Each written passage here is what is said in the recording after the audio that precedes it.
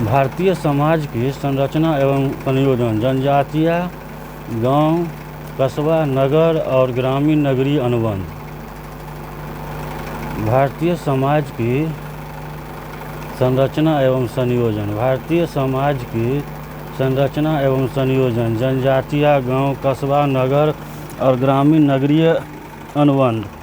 Structure and composition of Indian society. Structure and composition of Indian societies, tribes, village, town, city and rural urban linkage. Bharatiya Samaj का इतिहास काफ़ी पुराना है। भारतीय समाज का इतिहास काफ़ी पुराना है। इसके साथ 5000 वर्ष की अवधि का मानव जीवन का अतीत जुड़ा है। 5000 वर्षों की मानव जीवन का अतीत जुड़ा हुआ है, जिसमें ईसा के 3000 वर्ष पूर्व के तथा 2050 के वर्ष सम्मिलित है। 3000 वर्ष पूर्व के तथा 5050 के वर्ष सम्मिलित हैं। यह विश्व का 7वां सबसे बड़ा का दूसरा घनी आबादी वाला देश है।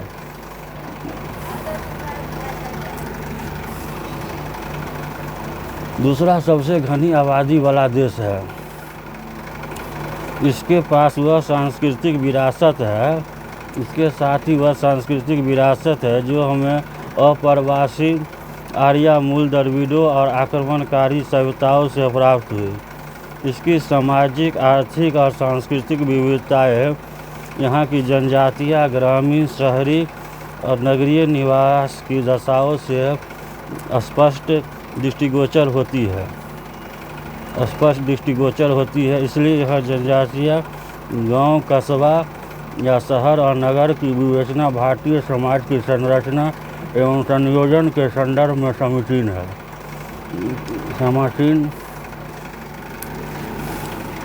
समायोजन के संदर्भ में समीचीन है। जनजातियाँ, ट्राइब्स। What is tribes? जनजातीय समाजशास्त्रीय अध्ययन का एक महत्वपूर्ण पहलू है। जनजातीय समाजशास्त्रीय अध्ययन का एक महत्वपूर्ण पहलू है। यह मानव समाज के प्राचीनतम स्वरूप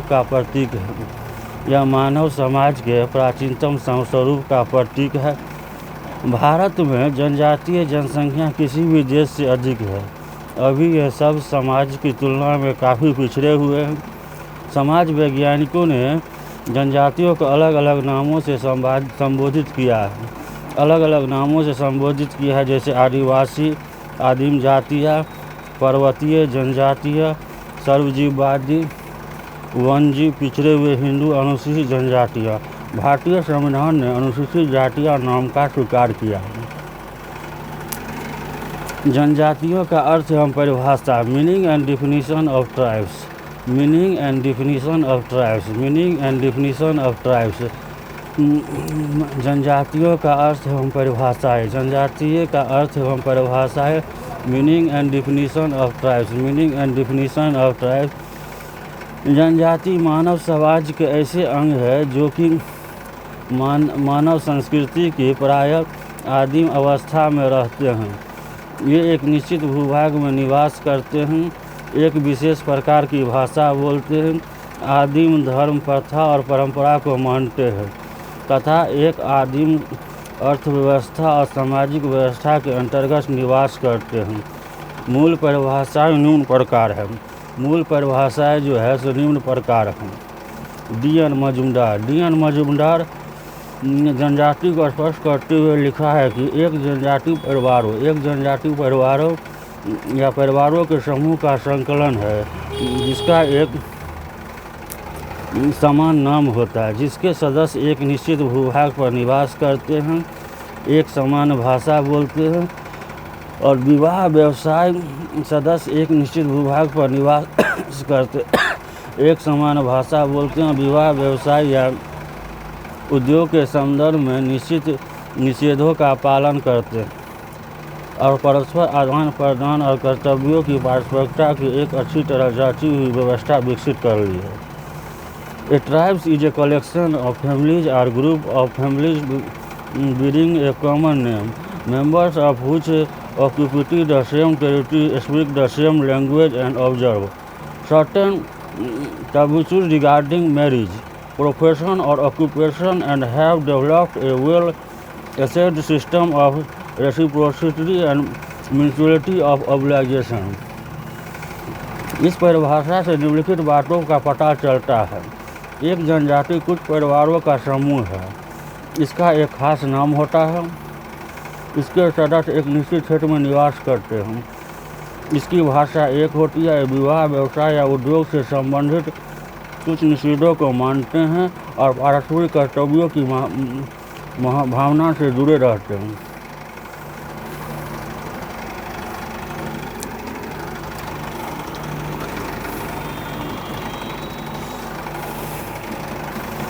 भावना से जुड़े होते J.S. गिलिन और J.P. गिलिन। J.P. गिलिन और J.P. गिलिन के अनुसार स्थानीय आदिम समूहों के किसी भी संकलन को जो एक समान क्षेत्र में रहता है, एक समान भाषा बोलता है और एक समान संस्कृति का अनुसरण करता है, एक जनजाति कहते हैं। Any collection of particular local groups which occupies A common general territory, speak a common language and participate a common culture is a tribe।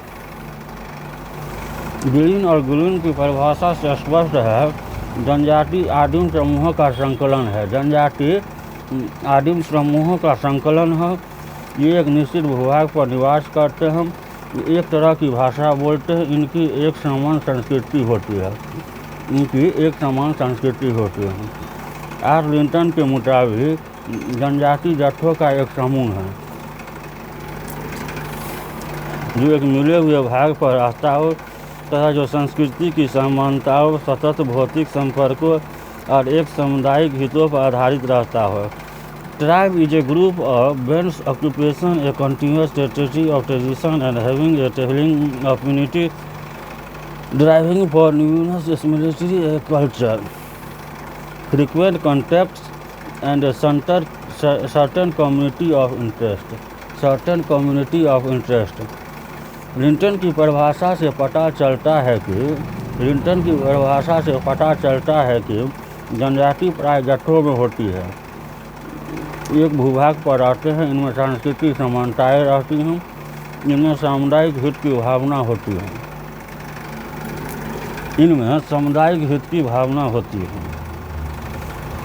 Imperial gazetteer के अनुसार जनजाति परिवारों का एक संकलन है जिसका एक समान नाम होता है, जो एक समान बोली का व्यवहार करता है और जो एक समान परिवेश में रहता है अथवा रहने का दावा करता है। प्रायः अंतर्विवाह करने वाला नहीं होता, चाहे आरंभ में उसमें अंतर्विवाह का नियम रहा हो। A tribe is a collection of families bearing a common name, speaking a common dialect, occupying a profession to cover a common territory, and is not usually endogamous, though originally it might have been so।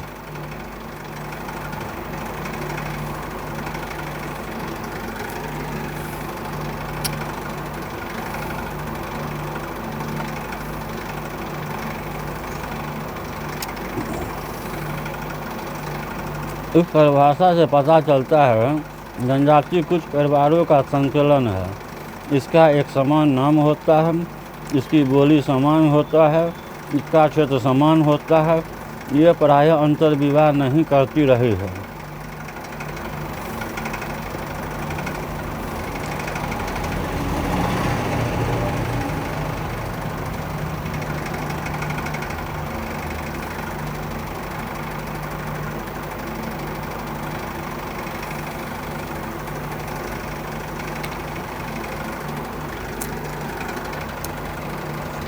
उपरोक्त परिभाषाओं के आधार पर कहा जा सकता है कि जनजाति एक ऐसा समूह है जिसका प्रायः क्षेत्र निश्चित होता है, जिसकी भाषा और संस्कृति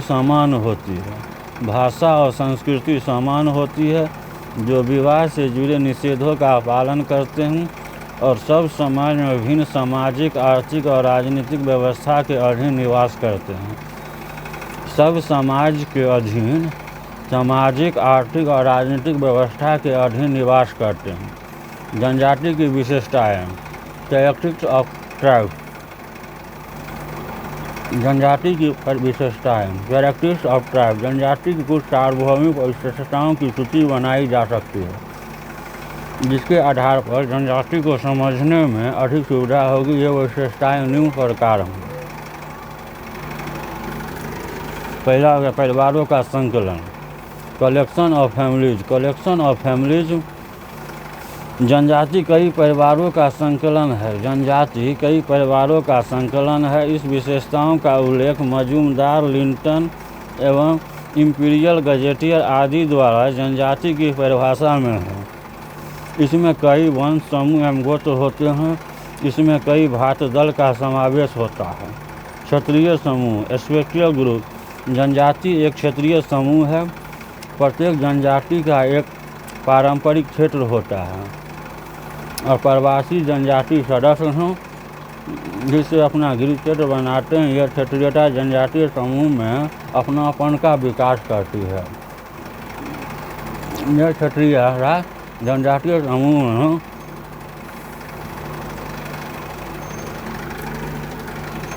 अपनापन का विकास करती हैं। एक समान भाषा। एक कॉमन लैंग्वेज। जनजाति के सदस्य एक समान भाषा बोलते हैं। एक समान भाषा के कारण इनके विचारों के आदान प्रदान में सरलता रहती है। साथ ही इसके फलस्वरूप पारस्परिक एकता और सामाजिक संगठन का विकास होता है। फिर भाषा उनकी संस्कृति को एक पीढ़ी से दूसरी पीढ़ी को हस्तांतरित करने में सहायक बनती है। एक पीढ़ी से दूसरे पीढ़ी में हस्तांतरित करने में सहायता करती है। अंतर्विवाही समूह। इंडोजेमस ग्रुप। जनजाति एक अंतर्विवाही समूह होता है, यानी इसके सदस्य अपनी ही जनजाति में विवाह करते हैं। किसी भी सदस्य को अपनी जनजाति से बाहर विवाह करने की अनुमति नहीं दी जाती। किसी भी सदस्य को अपने समूह से बाहर विवाह करने की अनुमति नहीं दी जाती। एक समान संस्कृति।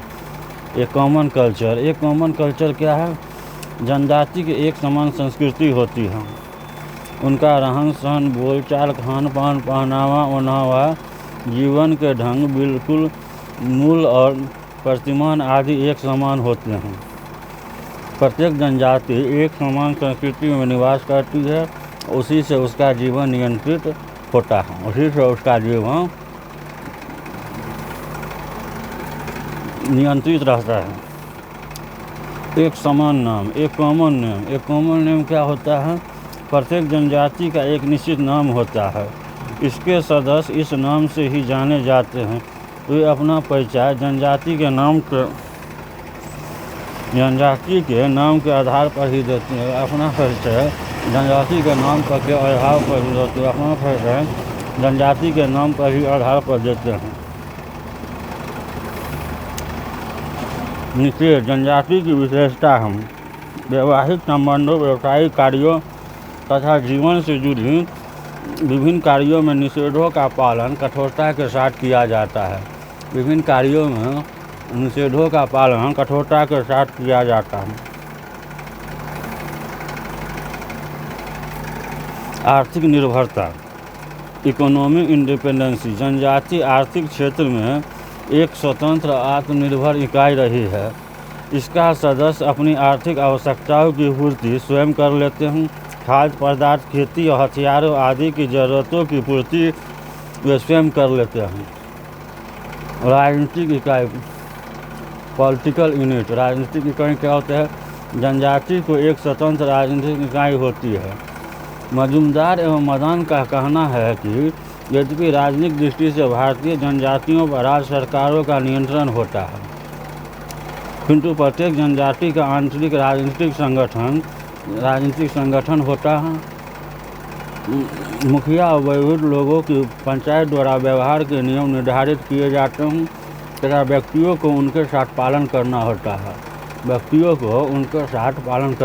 है। इन उपरोक्त विशेषताओं से जनजाति की प्रकृति बहुत हद तक स्पष्ट हो जाती है। साथ ही जनजाति की कुछ और विशेषताएं हैं। जादू टोना में विश्वास, युवा गृह का प्रचलन, सामाजिक, आर्थिक, शैक्षणिक पिछड़ापन, अंधविश्वास तथा नवीनता के प्रति वृद्धि आदि। भारतीय जनजातियों का वर्गीकरण।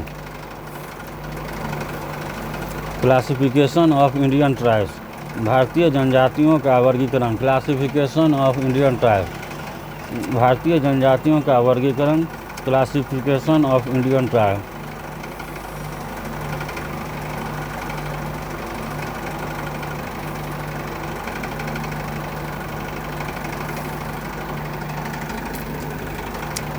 भारतीय जनजातियों का अनेक आधारों पर वर्गीकरण किया जाता है।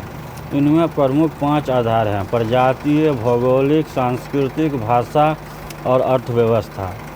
इसका वर्णन निम्न है। प्रजातीय वर्गीकरण। प्रजाति मानव समूहों के वर्गीकरण के एक प्रणाली है जिसके द्वारा एक मानव समूह जन्मजात शारीरिक लक्षणों के आधार पर दूसरे मानव समूहों से पृथक किया जाता है। शारीरिक लक्षणों का अभिप्राय त्वचा के रंगों, सिर के बालों की बनावट और रंग, शारीरिक गठन, सिर का आकार, नाक एवं आँख आदि की बनावट से है। अनेक विद्वानों ने प्रजातीय तत्वों के आधार पर भारतीय जनजातियों को वर्गीकृत किया है। इनमें Herbert Risley, A C. Haddon, J H. Hutton, B S. Guha, D N. Majumdar के नाम उल्लेखनीय है। जहाँ रीजले ने 7 भागों का उल्लेख किया, वहीं हेडन ने 5 भागों का, हटन ने 6 भागों का एवं गुहा ने भी 6 भागों का उल्लेख किया है। वर्तमान जनजातीय जनसंख्या की पैतृकता को मुख्यतः 3 प्रजातीय प्रकारों से जोड़ा गया है। ये निम्न है। निग्रेटो यह प्रजातीय तत्व दक्षिणी क्षेत्र में निवास करने वाले जनजातीय लोगों में देखने को मिलता है। इस प्रजाति के शारीरिक लक्षण नाटा कद, चौड़ा सिर, गहरा काला रंग, काले ऊनी बाल, मोटे 8 और चारों नाक आदि है। गुहा की मान्यता है कि निग्रेटो भारत की सबसे प्राचीन प्रजाति है। दक्षिण भारत के कादर, इरुला और पनियान निग्रेटो तत्व का प्रतिनिधित्व करते हैं। प्रोटो-ऑस्ट्रेलाइड यह प्रजातीय तत्व मध्यवर्ती क्षेत्र में निवास करने वाले जनजातीय लोगों में देखने को मिलता है। इस प्रजाति के प्रमुख लक्षण छोटा कद, लंबा ऊंचा सिर, चौड़ा और छोटा चेहरा, मुंह आगे की ओर उठा हुआ, छोटी एवं चपटी नाक आदि है। मध्य भारत की अधिकांश जनजाति में मध्य भारत की जनजातियों में प्रोटो-ऑस्ट्रेलाइड प्रजाति की विशेषताएं पाई जाती है। इसमें बिहार, बंगाल, उत्तरी प्रदेश, दक्षिणी राजस्थान, मध्य प्रदेश, उड़ीसा आदि प्रदेशों की जनजातियां आती है। मंगोलाइड क्या है? What is Mongoloid? यह प्रजातीय तत्व उत्तरी तथा उत्तर पूर्वी क्षेत्रों में निवास करने वाले जनजातीय लोगों में देखने को मिलता है। इस प्रजाति की 2 मुख्य शाखाएं भारतीय जनजातियों में देखने को मिलती है। गुहा के अनुसार ये 2 शाखाएं लंबे सिरे मंगोल एवं चौड़े सिर वाले प्रजातीय तत्व चटगांव और बर्मा में पाए जाते हैं। लंबे सिर वाले प्रजातीय तत्व असम एवं सीमांत प्रांत में बसी जनजातियों में पाए जाते हैं।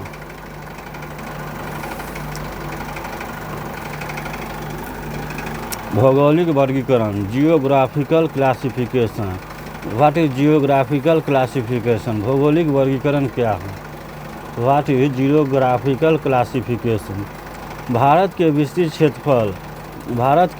क्षेत्रफल और भौगोलिक विभिन्नताओं के कारण सभी जनजातियों का जीवन समान प्रकृति का नहीं है। भारतीय जनजातियों को भौगोलिक आधार पर 3 भागों में विभाजित कर समझा जा सकता है। इन्हें उत्तरी तथा उत्तरी पूर्वी क्षेत्र, मध्यवर्ती क्षेत्र और दक्षिणी क्षेत्र कहा जाता है। उत्तर तथा उत्तर पूर्वी क्षेत्र, north and north eastern zone क्या है? What is north and north eastern zone. North और नॉर्थ ईस्टर्न जोन जो है यह क्षेत्र पश्चिम में लेह और शिमला से लेकर पूर्व में लुसाई पर्वतों तक फैला हुआ है। इस क्षेत्र में कश्मीर, पूर्वी पंजाब, हिमाचल प्रदेश, उत्तरी प्रदेश और असम के जनजातीय क्षेत्र सम्मिलित किए जाते हैं। इस क्षेत्र की प्रमुख जनजातियों में भोटिया, थारू, लेप्चा, नामा, गारो, खासी, डाफला, कुकी, अबोट, पिकी, बुसाई, झज्जर, जकमा आदि हैं। ये जनजातियाँ अधिकांश मंगोल प्रजातियों की और चीनी तथा तिब्बती भाषा परिवारों की मानी जाती हैं। मध्यवर्ती क्षेत्र सेंट्रल जोन। इस क्षेत्र का विस्तार उत्तर में गंगा के मैदान से लेकर दक्षिण में कृष्णा नदी तक है। इसमें विंध्याचल एवं सतपुरा के पहाड़ों की पट्टी भी सम्मिलित है। इसमें बंगाल, बिहार, दक्षिणी उत्तर प्रदेश, दक्षिणी राजस्थान, मध्य प्रदेश, उड़ीसा और महाराष्ट्र के उत्तरी भाग में निवास करने वाली जनजातियां आती है। इस क्षेत्र में प्रमुख जनजातियां संथाल, मुंडा, उराव, हो, खड़िया, बिरहोर, गोंडा, बेंग, भोला, कोली, मीना आदि है। यह क्षेत्र जनसंख्या एवं क्षेत्रफल की दृष्टि से अन्य क्षेत्रों से बड़ा है। जनसंख्या एवं क्षेत्रफल की दृष्टि से अन्य क्षेत्रों में बड़ा है। जनसंख्या एवं क्षेत्रफल की दृष्टि से अन्य क्षेत्रों में बड़ा है। जनसंख्या एवं क्षेत्रफल की दृष्टि से अन्य क्षेत्रों से बड़ा है। दक्षिणी क्षेत्र साउथर्न जोन। यह क्षेत्र कृष्णा नदी के दक्षिण में स्थित है। यह क्षेत्र कृष्णा नदी के दक्षिण में स्थित है। इसमें मैसूर, त्रावणकोर, कोचीन, हैदराबाद, आंध्र प्रदेश और तमिलनाडु आदि आते हैं। इस क्षेत्र की जनजातियां में नीलगिरी के टोडा, कोडा, पनियान, कावर, चेचू, कुरवा और उराली आदि प्रमुख है। इस क्षेत्र में अंडमान और निकोबार द्वीप समूह की जनजातियां जैसे निकोबारी, सेटिनली, आंग तथा सोपन आदि को भी सम्मिलित किया गया है। भाषाई वर्गीकरण। Linguistic classification. What is linguistic classification?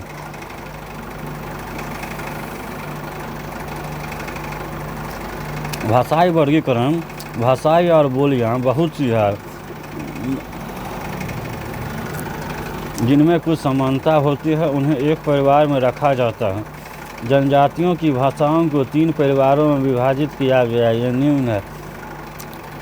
जनजातियों की भाषाओं को 3 परिवारों में विभाजित किया गया है। निम्न है। द्रविड़ भाषा परिवार। द्रविड़ भाषा परिवार क्या होता है? पहला हो गया द्रविड़ भाषा परिवार। व्हाट इज द्रविड़ भाषा परिवार? द्रविड़ भाषा परिवार में कन्नड़, तमिल, तेलुगु और मलयालम आदि मुख्य है। द्रविड़ भाषा परिवार में कन्नड़, तमिल, तेलुगु और मलयालम आदि मुख्य है। इस भाषा को बोलने वाली प्रमुख जनजातियों टोडा, मलेर, पोलिया, सवार, कोया, पनियन, चेरू, इरूरा, कवर आदि है। मध्य भारत की गोंड जनजाति द्रविड़ भाषा का प्रयोग करती है। मध्य भारत की गोंड जाति द्रविड़ भाषा का प्रयोग करती है। उड़ीसा के कुंद एवं कुई, बिहार के कुई, उराव और राजमहल की पहाड़ियों में रहने वाले जनजातियों लोग मांटो बोलियां बोलते हैं, जो इसी भाषा परिवार का अंग है। हटन ने द्रविड़ भाषा परिवार की उत्पत्ति स्थल एशिया माइनर माना है। उत्पत्ति एशिया माइनर माना है।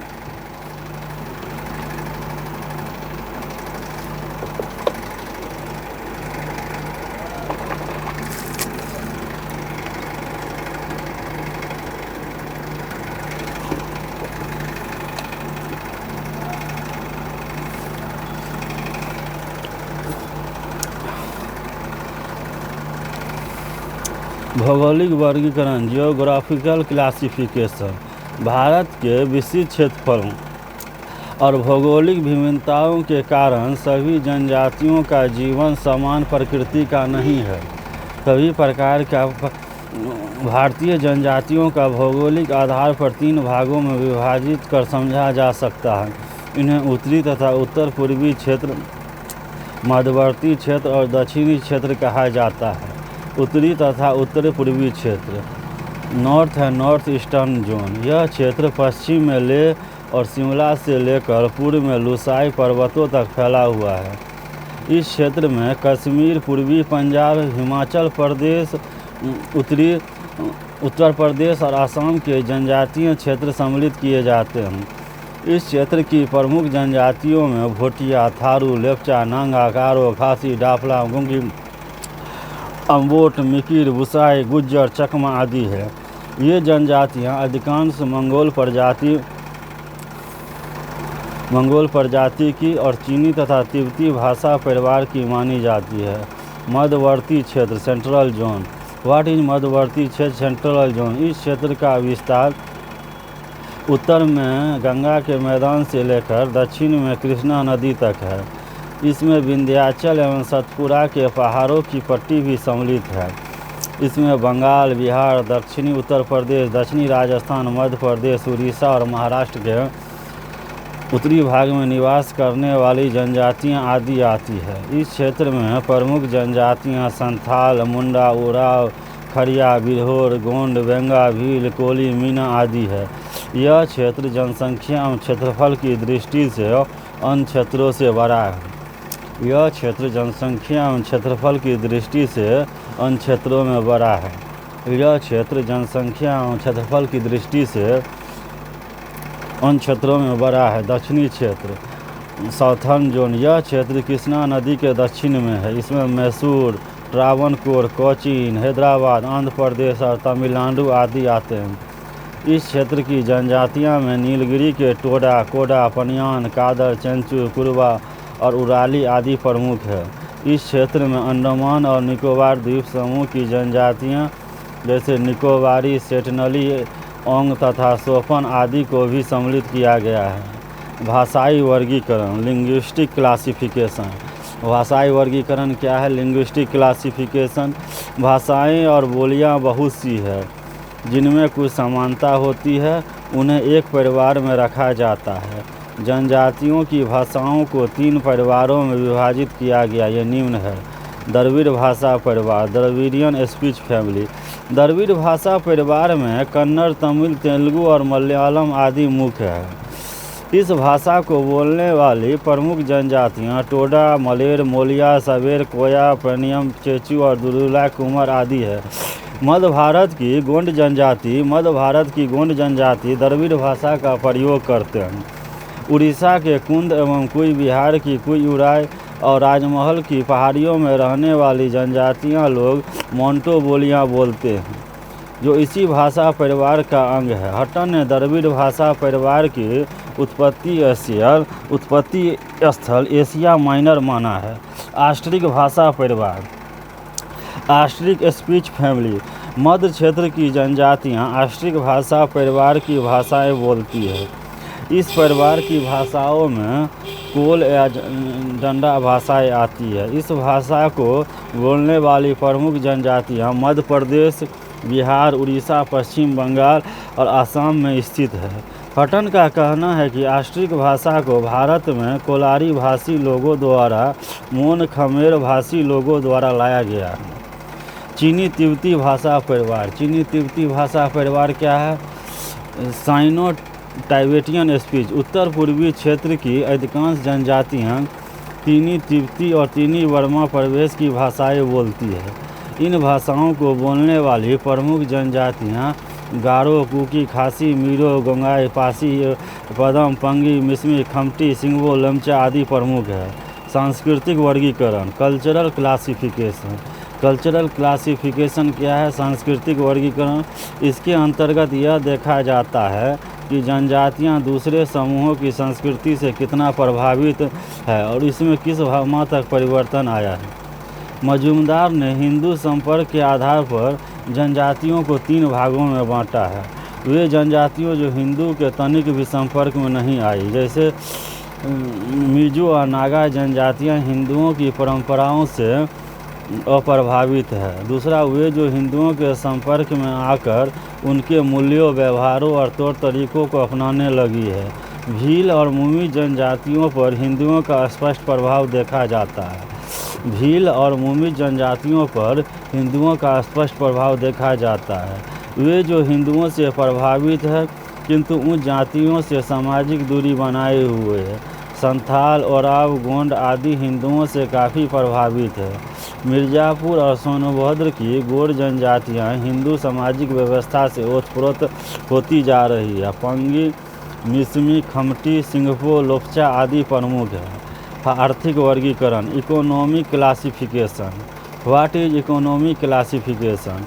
भारतीय जनजातियों को आर्थिक अवस्था के अनुसार 4 भागों में वर्गीकृत किया गया है। ये निम्न है: शिकार करने तथा भोजन एकत्र करने वाली जनजातियाँ, शिकार करने तथा भोजन एकत्रित करने वाली जनजातियाँ, hunting and food gathering tribes, ये जनजातियाँ हैं जो अगम जंगली एवं पहाड़ों पर रहती है। ये शिकार करती है और कंदमूल फल एकत्रित करती है। इसमें कदार, कोचिन, माला, पंतरम, पलियन, पनियन आदि जनजातियाँ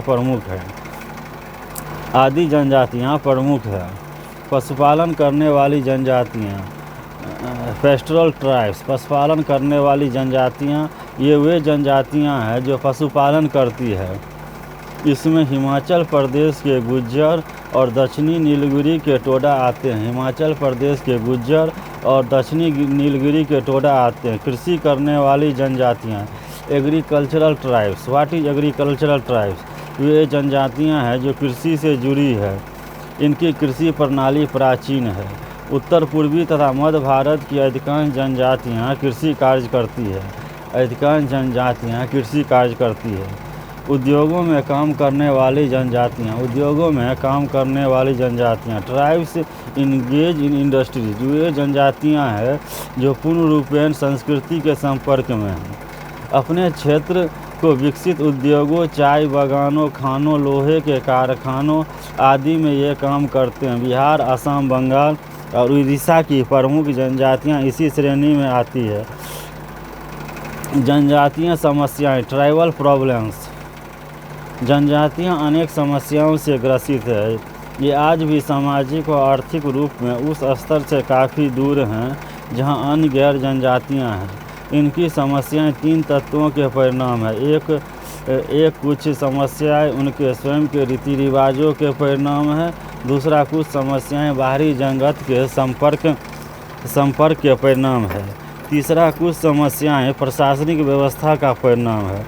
जनजातियों की प्रमुख समस्याएं निम्न प्रकार है।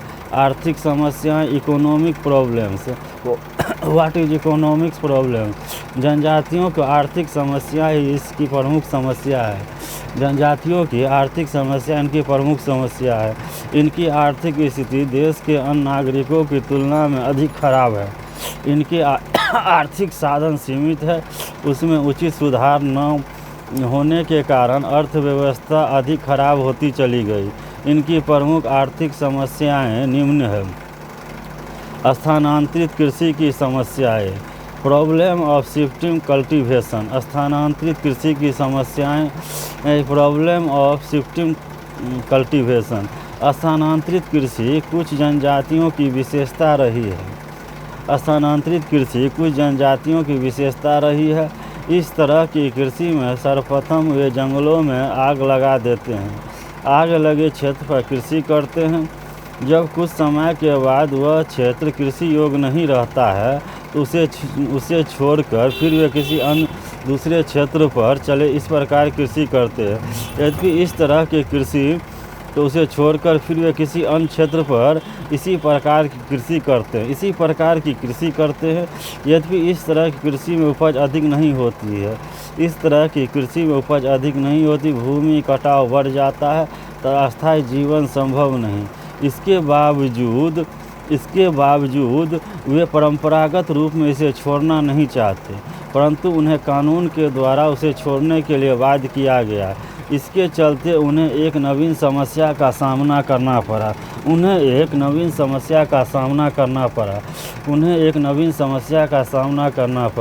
भूमि संबंधी समस्याएं क्या है?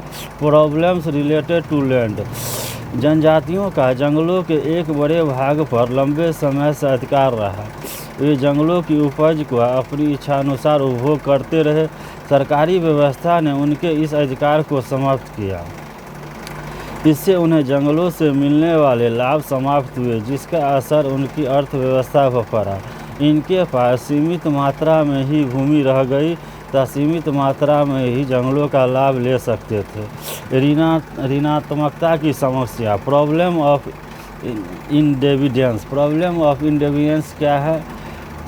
प्रॉब्लम ऑफ इंडिविडेंस व्यापारियों, साहूकारों और शोधखोरों आदि का जनजातीय क्षेत्र में आगमन हुआ। वे इन जनजातियों का रुपया सूद पर दिया करते थे।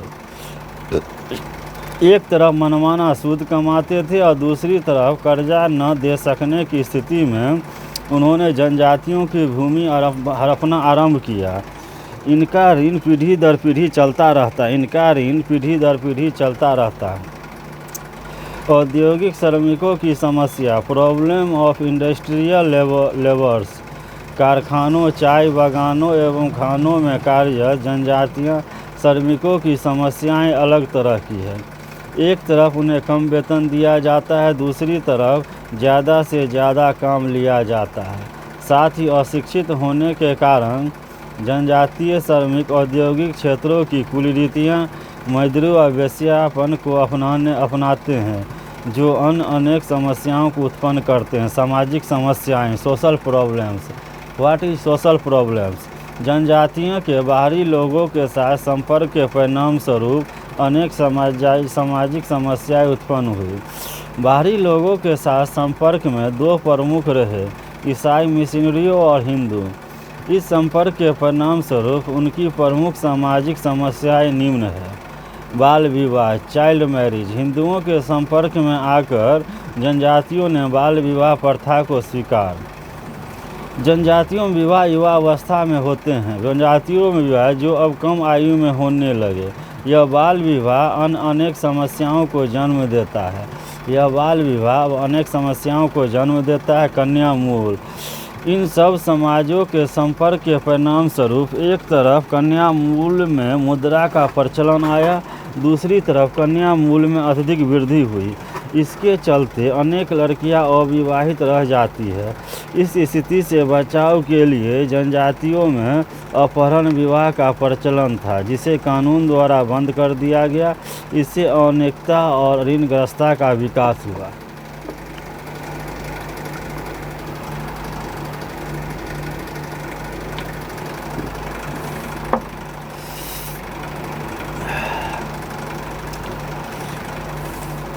युवा गृहों का पतन, डिक्लाइन ऑफ यूथ डोमिनेशन। जनजातियों में युवा गृह एक महत्वपूर्ण संस्था के रूप में रहे, जहां युवक युवतियां सामाजिक, आर्थिक और मनोरंजन की शिक्षाएं प्राप्त करते थे। सब समाजों के संपर्क के फलस्वरूप ये अपनी इस संस्था से दूर होते चले गए। जहां यह संस्था है भी वह मिथप्राय ही है। जनजातियों को सीख की एक संस्था के नष्ट होने से उनकी सामूहिकता की क्षति पहुंची। पारिवारिक क्षति, फैमिली लॉस। जनजातियों में सामाजिक गतिशीलता का विकास संपर्क के कारण हुआ। जब जनजातीय लोग औद्योगिक और नगरीय क्षेत्रों में रोजगार के लिए आते हैं तो पूरे परिवार के साथ आना संभव नहीं होता। वे अकेले ही आते हैं। नए वातावरण में परिवार के अभाव में अक्सर वे गंदी आदतों का शिकार हो जाते हैं। जुआ और शराब और पर स्त्री गमन आदि उनके मनोरंजन के साधन बन जाते हैं। इससे संबंधित परिवार को काफ़ी क्षति पहुंचती है। सांस्कृतिक समस्याएं, कल्चरल प्रॉब्लम्स। जनजातियों की सांस्कृतिक समस्याएं जो है वह मूलतः बाहरी लोगों के संपर्क के परिणाम कही जाती है। मनुष्य का स्वभाव है कि जिस संस्कृति में वह पैदा होता है, पलता है, उसी में सुख मिलता है। लेकिन इच्छा से या अनिच्छा से जो जनजातियाँ ईसाई या हिंदू बने हैं, वे समझे कि अपनी हीनता को दूर कर रहे हैं, परंतु उनके सम्मुख और समस्या उठ खड़ी हुई। जनजातियों की प्रमुख सांस्कृतिक समस्याएं निम्न है। जनजातियों की प्रमुख समस्याएं निम्न है। समायोजन की समस्या, problem of adjustment. What is problem of adjustment? जब अंग्रेज थे तब जनजातियों उनके संपर्क में गई, फिर ईसाइयों के संपर्क में आए, तब उनका संपर्क हिंदुओं से भी बना। इस संपर्क में कुछ जनजातियां अपना रहन सहन, रीति रिवाज, धर्म कर्म छोड़कर ईसाई बनी। और कई हिंदू बने। इस परिवर्तन ने लाभ के बदले उन्हें अभियोजन की समस्या उत्पन्न कर दी। वे न इधर के रहे न उधर के। जनजाति के लोग उन्हें इसलिए घृणा की दृष्टि से देखने लगे क्योंकि उन्होंने अपने पूर्वजों के संस्कारों को छोड़ दिया। दूसरी ओर हिंदू और ईसाई उन्हें सदा संदेह की दृष्टि से देखते रहे, उन्हें अपने में खपाने को तैयार नहीं हुए। भाषाई समस्या, लैंग्वेज प्रॉब्लम। जिस संस्कृति के जो मूल्य है, संबंधित भाषा में उन मूल्यों के लिए शब्द होते हैं। भाषा संस्कृति के मूल्यों को अभिव्यक्त करने का एक साधन है। बाद संस्कृति के संपर्क में कुछ जनजातियों ने अपनी भाषा छोड़कर दूसरी भाषाओं को अपना लिया। इसका परिणाम यह हुआ कि नवीन भाषाओं के शब्द संस्कृति के जिन मूल्यों का अभिव्यक्त करते थे उनसे जनजाति के लोग अनभिज्ञ थे। इसलिए नवीन भाषाएं उनके लिए मूल्यांकनहीन हो गई। इससे उनके जीवन में सांस्कृतिक दृष्टि से एक खाई बनी और उनके जीवन में एक शून्य पैदा हो गया। जनजातीय संस्कृति का पतन, डिक्लाइन ऑफ ट्राइबल कल्चर। ईसाई और हिंदुओं के संपर्क में आने के फलस्वरूप जनजातियों में अपनी संस्कृति के प्रति अनास्था के भाव उत्पन्न हुए। वे अपनी संस्कृति को छोड़कर दूसरी संस्कृति का अनुकरण करने लगे। इससे उनके आदर्श, मूल्यों और व्यवहार प्रतिमानों में बहुत से परिवर्तन हुए। दूसरी संस्कृतियों से प्रभावी जनजातियों और मूल जनजातियों से दूरी बढ़ी। इससे एक और सांस्कृतिक संघर्ष की समस्या हुई, दूसरी ओर उनकी ललित कलाएं, संगीत, नृत्य और नक्काशी के कार्य पतन की ओर बढ़े। धार्मिक विरोध, रिलीजियस एंटोगोमी। ईसाई या हिंदुओं के संपर्क में कुछ जनजातियों ने ईसाई धर्म को स्वीकारा और कुछ ने हिंदू धर्म को। इस धर्म परिवर्तन ने एक और जनजातीय धार्मिक एकता को नष्ट किया तो दूसरी ओर एक ही जनजाति में तीन धर्म को मानने वाले देखे जा सकते हैं। हिंदू धर्म को मानने वाले जनजाति, ईसाई धर्म को मानने वाली जनजाति और जनजातीय धर्मों को मानने वाले जनजाति। इससे उनके बीच धार्मिक विरोध बढ़े हैं जिसका जनजातीय जीवन पर कुप्रभाव देखा जा सकता है। स्वास्थ्य की समस्याएं, प्रॉब्लम ऑफ हेल्थ। जनजातियों की स्वास्थ्य की समस्याएं एक और गरीबी और दुर्गम निवास का परिणाम है तो दूसरी ओर गैर जनजातियों के साथ संपर्क का परिणाम है। साथ ही अज्ञानता और अंधविश्वास भी उनके समस्या को बनाए हुए है। जनजातियों की प्रमुख स्वास्थ्य की समस्याएं निम्न है। वस्त्र की समस्या, प्रॉब्लम ऑफ क्लॉथ। सब समाज के संपर्क के परिणाम स्वरूप वस्त्र की समस्या उनके सम्मुख आई। पहले वे नंगे रहा करते थे, फिर छाल और काल का उपयोग करने लगे। आज वे वस्त्र का उपयोग करते देखे जाते हैं, लेकिन गरीबी की स्थिति में वे जो वस्त्र पहनते हैं वे उनके शरीर पर ही फट जाते हैं, यानी उनके वस्त्र शरीर को ढके ढके गंदे हो जाते हैं जो बीमारियों का कारण बनते हैं। भोजन और पानी की समस्या, problem of food and water. जनजातियों का निवास स्थान प्रायः तराई क्षेत्रों, घने जंगलों और दुर्गम पहाड़ियों में है। इन क्षेत्रों का खाद्य पदार्थ अत्यधिक असंतुलित है। गंदी मछली और चावल उनका मुख्य आहार है। इन क्षेत्रों में पीने योग्य पानी का अभाव है और जीने के लिए गंदी पानी का सहारा लेना पड़ता है। ऐसी स्थिति में उनका स्वास्थ्य सदैव खराब रहा करता है। ऐसी स्थिति में उनका स्वास्थ्य सदा खराब रहा करता है। चिकित्सा की समस्याएं, प्रॉब्लम ऑफ ट्रीटमेंट।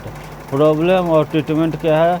जनजातियों का निवास स्थान ऐसे क्षेत्रों से है जहां प्रायः महामारियों का प्रकोप रहता है। साथ ही मलेरिया, पोलियो, चेचक, चर्म रोग आदि बीमारियां इन क्षेत्र में विशेष रूप से पाई जाती हैं। एक और इन क्षेत्रों में चिकित्सा का अभाव है तो दूसरी तरफ इनकी चिकित्सा व्यवस्था अंधविश्वास पर आधारित है। आज भी ये औषधियों के सदैव सेवन पर विश्वास न कर पुजारी और झाड़ फूक में विश्वास रखती है। शराब का अभ्यस्त हैबिचुअल ऑफ वाइन, जनजातियों के द्वारा महुआ, चावल, तार, गुड़ आदि की बनी शराब का प्रचलन रहा, परंतु सब समाज के संपर्क में ये अंग्रेजी शराब के अभ्यस्त हो गए, जो स्वास्थ्य के लिए काफ़ी हानिकारक रही। आज जनजातियों में शराब का सेवन निरंतर बढ़ता जा रहा है। पुरुष ही नहीं, स्त्रियां भी इसका सेवन करती है।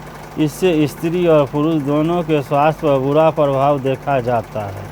इससे स्त्री और पुरुष दोनों के स्वास्थ्य पर बुरा प्रभाव देखा जाता है। इस शिक्षा की समस्या, problem of education. Problem of education क्या होता है? जनजातियों में शिक्षा का अभाव है। यही कारण है कि आज भी वह गैर जनजातियों की तुलना में काफ़ी पिछड़ी हुई है और शिक्षा के कारण वह अनेक तरह के अंधविश्वासों से घिरी हुई है। जनजातीय क्षेत्रों में शिक्षा की समुचित व्यवस्था नहीं है। जहाँ व्यवस्था है वहाँ बच्चे जाते ही नहीं। उसके माँ बाप उन्हें शिक्षित बनाने में दिलचस्पी नहीं रखते। साथ ही वही शिक्षा जनजातीय भाषा में न होने के कारण लोकप्रिय नहीं बन सकी। ईसाई मिशनरियों के द्वारा जनजातियों को शिक्षित करने का कार्य हुआ। इसके दो परिणाम निकले। एक तो पढ़ी लिखी जनजातियां अपनी ही संस्कृति से दूर होती चली गई। दूसरा, ईसाई मिशनरियों के प्रभाव में बहुत सी जनजातियों ने ईसाई धर्म को स्वीकारा, जो कि ईसाई मिशनरियों का उद्देश्य रहा। इससे जनजातियों के बीच अपने में एक खाई का विकास हुआ। जनजातियों में शिक्षा का न होना उनकी प्रगति के मार्ग में बहुत बड़ी बाधा है। जनजातियों में शिक्षा का न होना उनकी प्रगति के मार्ग में बहुत बड़ी बाधा है। इस प्रकार उपयुक्त वर्णन से स्पष्ट है कि जनजातियां आर्थिक, सामाजिक, सांस्कृतिक, स्वास्थ्य और शिक्षा आदि समस्याओं से ग्रसित है। इनकी समस्याओं का समुचित निदान के बिना स्वस्थ भारत की कल्पना नहीं की जा सकती। स्वस्थ भारत की कल्पना नहीं की जा सकती। जनजातीय समस्याओं के समाधान, सॉल्यूशन ऑफ ट्राइबल प्रॉब्लम्स। जनजातीय समस्याओं का समाधान। जनजातीय समस्याओं का समाधान क्या है? Solution of tribal problems. जनजातीय समस्याओं का समाधान। जनजातियाँ अनेक समस्याओं से ग्रसित है। जनजातियाँ जो है अनेक समस्याओं से ग्रसित है। इन समस्याओं को दूर किए बिना प्रजातंत्र की सफलता संभव नहीं। इनकी समस्याएं दूर हो, इस और सरकार का भी ध्यान है। समाज वैज्ञानिकों और सुधारकों का भी सर्वप्रथम यहाँ सरकारी प्रावधान की चर्चा की जाएगी। फिर समाज वैज्ञानिकों के विचार का प्रस्तुत किया जाएगा और अंत में समाधान के कुछ सुझाव प्रस्तुत किए जाएंगे। संवैधानिक प्रावधान, कॉन्स्टिट्यूशनल प्रिविलेज। अब संवैधानिक प्रावधान क्या है? Constitutional privilege. भारत के नए संविधान में जनजातियों को कुछ खास सुविधाएं प्रदान की गई है। समस्त प्रदेशों से जनजातियों की अनुसूची तैयार की गई है। उनके हितों को सुरक्षित रखने तथा उन्नत बनाने हेतु आवश्यक संरक्षण प्रदान किए गए हैं। इनमें प्रमुख निम्न प्रकार हैं। संविधान के अनुच्छेद 23 के अनुसार किसी व्यक्ति से ज़बरदस्ती काम लेना गैर कानूनी घोषित कर दिया गया। इससे जनजातियों से ज़बरदस्ती मजदूरी का काम लिया जाना बंद हुआ। संविधान के अनुच्छेद 29 के अनुसार अल्पसंख्यक जनता की संस्कृति की राज्य द्वारा रक्षा का आश्वासन दिया गया।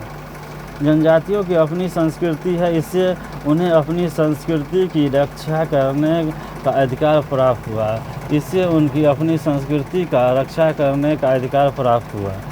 संविधान के अनुच्छेद 46 के अनुसार राज्य दुर्बलतम की शिक्षा, आर्थिक हितों की रक्षा करेगा तथा उनकी शोषण से रक्षा करेगा। इससे जनजातियों की शिक्षा, आर्थिक उन्नति और शोषण से बचने का मौका मिला। संविधान के अनुच्छेद 164 के अनुसार बिहार, मध्य प्रदेश तथा उड़ीसा में जनजातियों के कल्याण के लिए एक अलग मंत्रालय की स्थापना की व्यवस्था की गई। संविधान के अनुच्छेद 244 के अनुसार संविधान में 2 शेड्यूल संलग्न किए गए। एक 5वां शेड्यूल है और दूसरा 6ठा। ये दोनों ही शेड्यूल में जनजातियों के प्रशासन की व्यवस्था बतलाई गई है। संविधान के अनुच्छेद 275 के अनुसार जनजातियों के कल्याण और सुशासन के लिए केंद्रीय सरकार द्वारा राज्य सरकारों को अनुदान देने की व्यवस्था की गई। संविधान के अनुच्छेद 325 के अनुसार जनजातीय समुदाय मतदान के अधिकार से वंचित नहीं रहेंगे। संविधान के अनुच्छेद 330 और 332 के अनुसार जनजातियों के लिए लोकसभा और राज्य विधानसभाओं में कुछ सीट सुरक्षित रखी गई। संविधान के अनुच्छेद 335 के अनुसार जनजातियों को नौकरी के लिए विशेष प्रावधान है। संविधान के अनुच्छेद 338 के अनुसार जनजातियों के राष्ट्रपति द्वारा एक विशेष पदाधिकारी की नियुक्ति की व्यवस्था की गई है। एक विशेष पदाधिकारी की नियुक्ति की व्यवस्था की गई। इसका कार्य जनजातियों के हित के सुझाव दोनों है। संविधान के अनुच्छेद 339 के अनुसार राष्ट्रपति जनजातियों के क्षेत्रों के प्रशासन तथा उनके कल्याण कार्यों की एक रिपोर्ट मांग सकता है।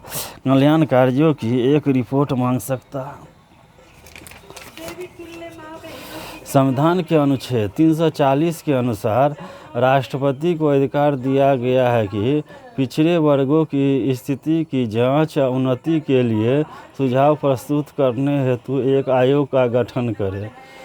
संविधान के अनुच्छेद 342 के अनुसार राष्ट्रपति को राज्यपालों और राज्य प्रमुखों की सलाह से किसी भी जनजाति को अनुसूचित जनजाति घोषित करने का अधिकार है। उपर्युक्त संवैधानिक प्रावधानों का मूल उद्देश्य जनजातियों की समस्याओं का समाधान करना और उन्हें बेहतर स्थिति प्रदान करना रहा।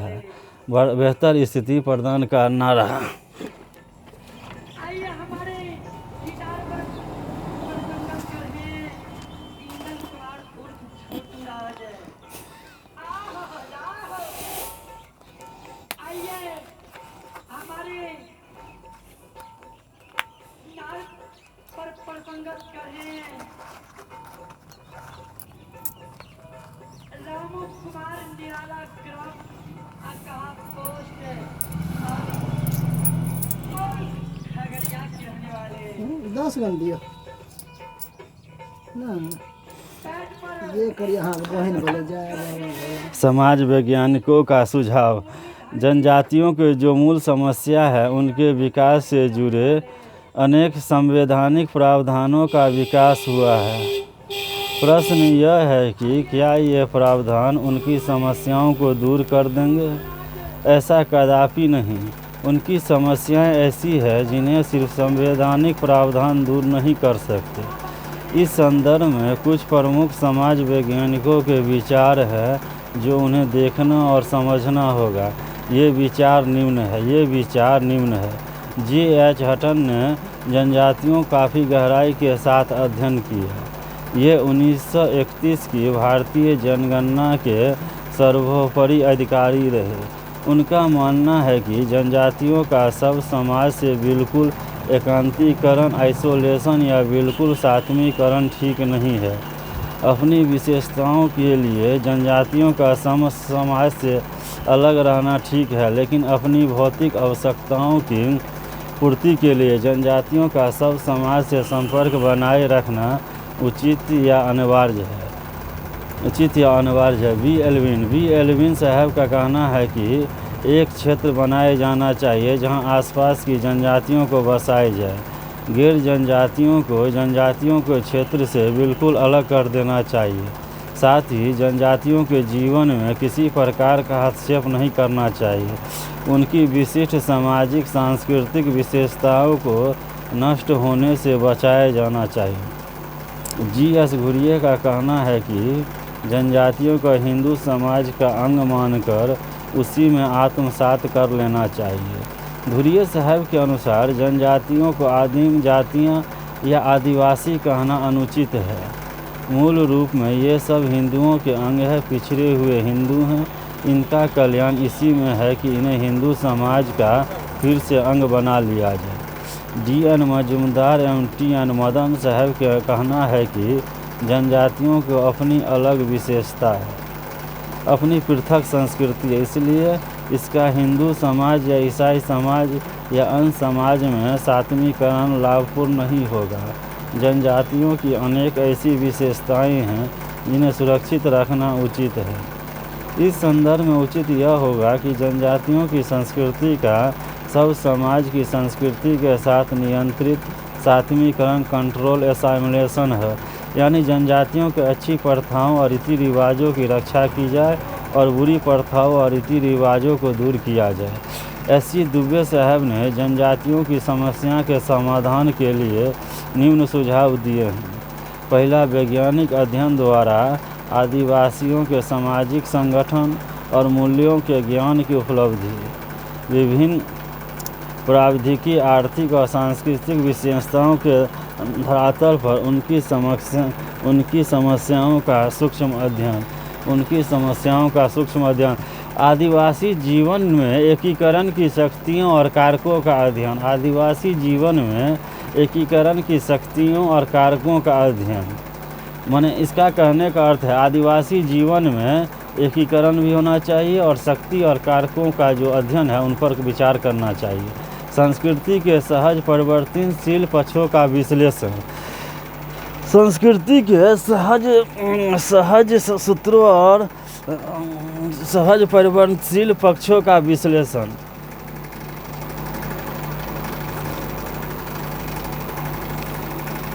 संस्कृति के विभिन्न पक्षों के संबंध सूत्रों द्वारा अंतरावलन का अध्ययन। आदिवासी क्षेत्रों में कार्य करने वाले शासकों तथा अन्य शासकीय और सामाजिक कार्यकर्ताओं को आदिवासी जीवन और संस्कृति से परिचित कराने और इन समूहों में किए गए कार्य को समझने के लिए विशेष प्रशिक्षण की व्यवस्था। विचारपूर्वक ऐसी विकास योजनाओं का निर्माण जो आदिवासी समूहों की आवश्यकताओं की क्षेत्रीय और राष्ट्रीय आवश्यकताओं से समन्वय कर सके।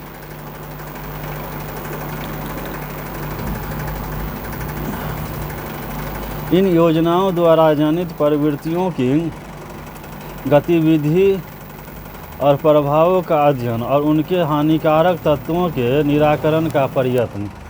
उपर्युक्त परिशुद्ध समाज वैज्ञानिकों के मतों से पता चलता है कि जनजातियों की समस्याओं का समाधान सहानुभूति, सम्मान की भावना और मानवीय मूल्यों को ध्यान में रखकर ही किया जा सकता है।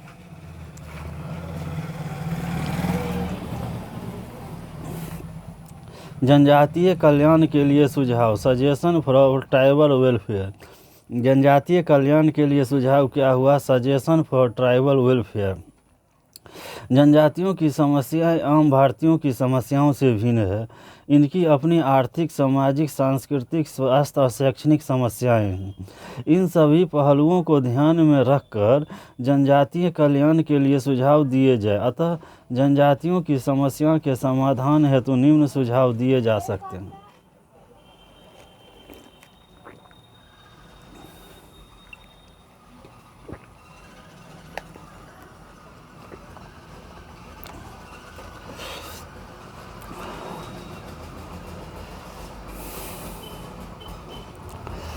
आदिवासी जीवन में एकीकरण की शक्तियों और कारकों का अध्ययन। संस्कृति के सहज परिवर्तनशील पक्षों का विश्लेषण।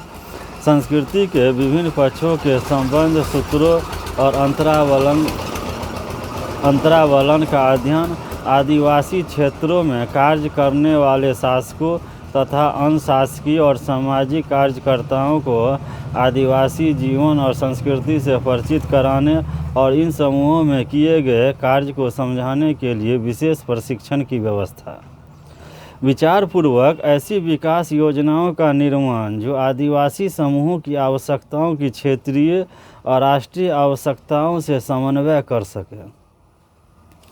इन योजनाओं द्वारा जनित प्रवृत्तियों की गतिविधि और प्रभावों का अध्ययन और उनके हानिकारक तत्वों के निराकरण का प्रयत्न। उपर्युक्त प्रसिद्ध समाज वैज्ञानिकों के मतों से पता चलता है कि जनजातियों की समस्या का समाधान सहानुभूति, सम्मान की भावना और मानवीय मूल्यों को ध्यान में रखकर ही किया जा सकता है। जनजातीय कल्याण के लिए सुझाव। Suggestion for tribal welfare. जनजातियों की समस्या आम भारतीयों की समस्याओं से भिन्न है। जनजातियों की समस्याएं आम भारतीयों की समस्याओं से भिन्न है। इनकी अपनी आर्थिक, सामाजिक, सांस्कृतिक, स्वास्थ्य और शैक्षणिक समस्याएं हैं। इन सभी पहलुओं को ध्यान में रखकर जनजातीय कल्याण के लिए सुझाव दिए जाए। अतः जनजातियों की समस्याओं के समाधान हेतु निम्न सुझाव दिए जा सकते हैं। आर्थिक समस्याओं का समाधान क्या होगा? Solution of economic problem. जनजातियों की आर्थिक समस्या ही इनकी प्रमुख समस्या है।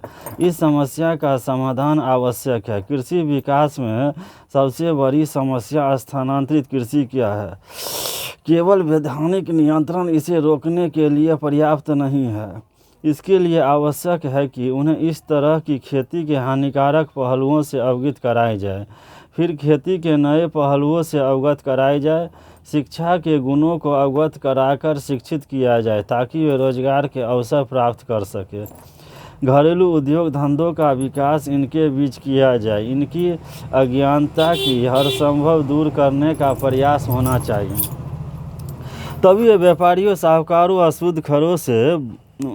सूदखोरों से बचेंगे। कारखानों, चाय बागानों एवं खानों में कार्यरत श्रमिकों के लिए उचित मजदूरी का प्रावधान हो तो उचित समय से अधिक काम उनसे न लिया जाए, उनका आर्थिक शोषण रुके। सामाजिक समस्याओं का समाधान, solution of social problems. Solution of जनजातीय समाज का समुचित विकास उनकी सामाजिक समस्याओं के निदान पर निर्भर है। इन क्षेत्रों में सामाजिक सुधार के क्षेत्र में जो भी कानून बनाई जाए वह मूलतः जनजातियों की सांस्कृतिक विशेषताओं के आधार पर हो। उन्हें विवाह से जुड़ी कुरीतियों, बाल विवाह और कन्या मूल से अवगत कराई जाए। वाद समूहों के अनुचित प्रभाव के विरुद्ध जनमत तैयार किया जाए। जनजातीय युवा गृह के महत्व से उन्हें अवगत कराया जाए। यह संस्था सदा से उनके अपनी संस्कृति के अनुकूल रहे। युवा गृह रूपी संस्था की शिक्षा, कृषि और नेतृत्व के विकास में महत्वपूर्ण भूमिका हो सकती है। जुआ, शराब और अनियंत्रित यौन संबंध की इच्छा आदि के अवगुणों से अवगत कराकर उनके परिवार की रक्षा की जा सकती है। औद्योगिक क्षेत्रों में कार्यरत स्त्रियों और बच्चों को अधिक सुविधाओं की व्यवस्था की जाए तो उनका शोषण रुके। सांस्कृतिक समस्याओं का समाधान, solution of cultural problem. What is solution of cultural problem? जनजातियों की जो सांस्कृतिक समस्याएं हैं वह मूलतः बाहरी लोगों के संपर्क के परिणाम है। इसलिए सर्वप्रथम उन गलत वाद समूहों पर नियंत्रण हो जो जनजातियों पर अपनी संस्कृति को थोपते हैं।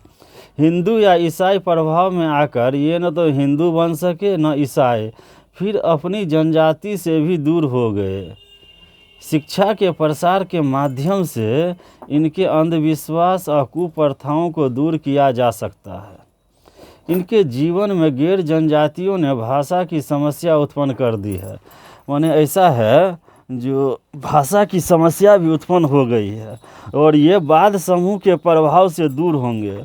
इनका अर्थ ये हुआ, ये वाद समूह के प्रभाव से दूर होंगे, माने इन पर जो है सो किसी भी प्रकार का प्रभाव नहीं पड़ेगा, इससे ये दूर होंगे तो यह समस्या नहीं उत्पन्न होगी। जनजातियों की भाषा, संस्कृति और धर्म के प्रति अत्यधिक सहानुभूतिपूर्ण व्यवहार की ज़रूरत है। इन क्षेत्रों में जो सुधार किए जाए वह मूलतः उनकी अपनी भाषा और संस्कृति के अनुकूल हो। स्वास्थ्य की समस्याओं का समाधान, solution of problem of health. What is solution of problem of health? स्वास्थ्य की समस्याओं का समाधान क्या है? Solution of problem of health. What is solution of problem of health? स्वास्थ्य के प्रति जनजातियों में थोड़ी भी जागरूकता नहीं देखी जाती। इसका मूल कारण उनकी अज्ञानता है। इस संदर्भ में सर्वप्रथम उन्हें प्रचार के माध्यम से यह अवगत कराया जाए कि स्वास्थ्य के लिए क्या हानिकारक है और क्या लाभदायक। उन्हें स्वास्थ्य के लिए क्या लाभदायक है और क्या हानिकारक है। फिर इन क्षेत्रों में पीने की पानी की व्यवस्था आवश्यक है। इनके निवास गंदी बस्ती के रूप में है, जिसमें सुधार की आवश्यकता है। जनजातियों में संपर्क के परिणाम स्वरूप अंग्रेजी शराब का प्रचलन बढ़ा है। माने जनजातियों में जो संपर्क हुआ है उससे अंग्रेजी शराब का प्रचलन बढ़ा है। अंग्रेजी शराब का अर्थ हुआ विदेशी दारू। विदेशी दारू का प्रचलन जो है बढ़ गया है। वह जो है सो जनजातियों के संपर्क में आने के परिणाम स्वरूप पैदा हुआ है। जो का बढ़ा जनजातीय क्षेत्र में चिकित्सा केंद्रों की स्थापना बहुत ही आवश्यक है, ताकि वे आधुनिक चिकित्सा का लाभ ले सके तथा झाड़ू फूंक वाली चिकित्सा से बच सके। शिक्षा की समस्या का समाधान, solution of problem of education. जनजातियों की सारी समस्याओं की जड़ उनकी अशिक्षा है। वे गैर जनजातियों की तुलना में काफ़ी अशिक्षित हैं। इनमें शिक्षा का प्रसार आवश्यक है, तभी स्वच्छ भारत की कल्पना की जा सकती है। सर्वप्रथम इन्हें आधुनिक शिक्षा के लाभों से अवगत कराना होगा। फिर इन क्षेत्रों में आधुनिक शिक्षण संस्थानों की स्थापना करनी होगी। इसमें शिक्षा का माध्यम उनकी अपनी भाषा हो तथा उनकी संस्कृति के अनुकूल हो, ऐसी व्यवस्था करनी होगी। बच्चों और अभिभावकों की शिक्षा के प्रति रुचि बढ़े। इसके लिए शिक्षण संस्थाओं में जनजातीय संस्कृति के अनुकूल मनोरंजन के अनेक कार्यक्रम चलाए जाने चाहिए।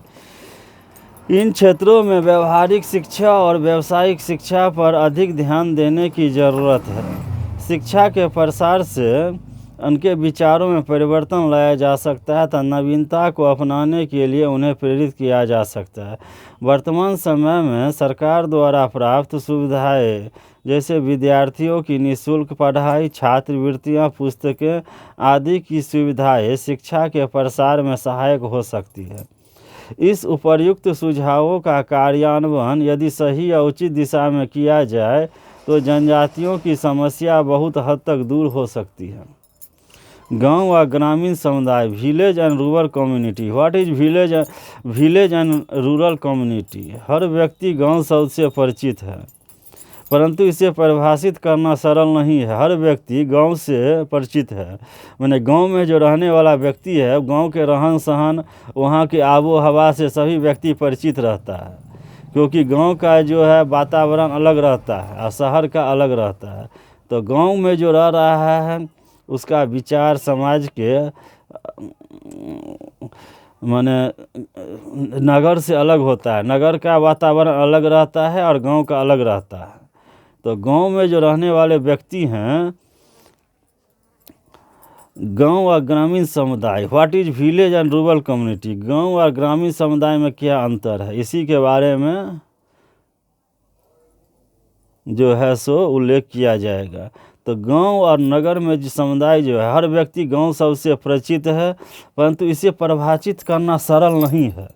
माने परिचित तो है, लेकिन इसको कैसे परिभाषित करेंगे उतना सरल नहीं है, क्योंकि गांव कह देना आसान है, लेकिन गांव कैसे बना, कहाँ से उत्पन्न हुआ, कैसे इसका विकास होगा, इन सब बातों की परिभाषा करना सरल नहीं है।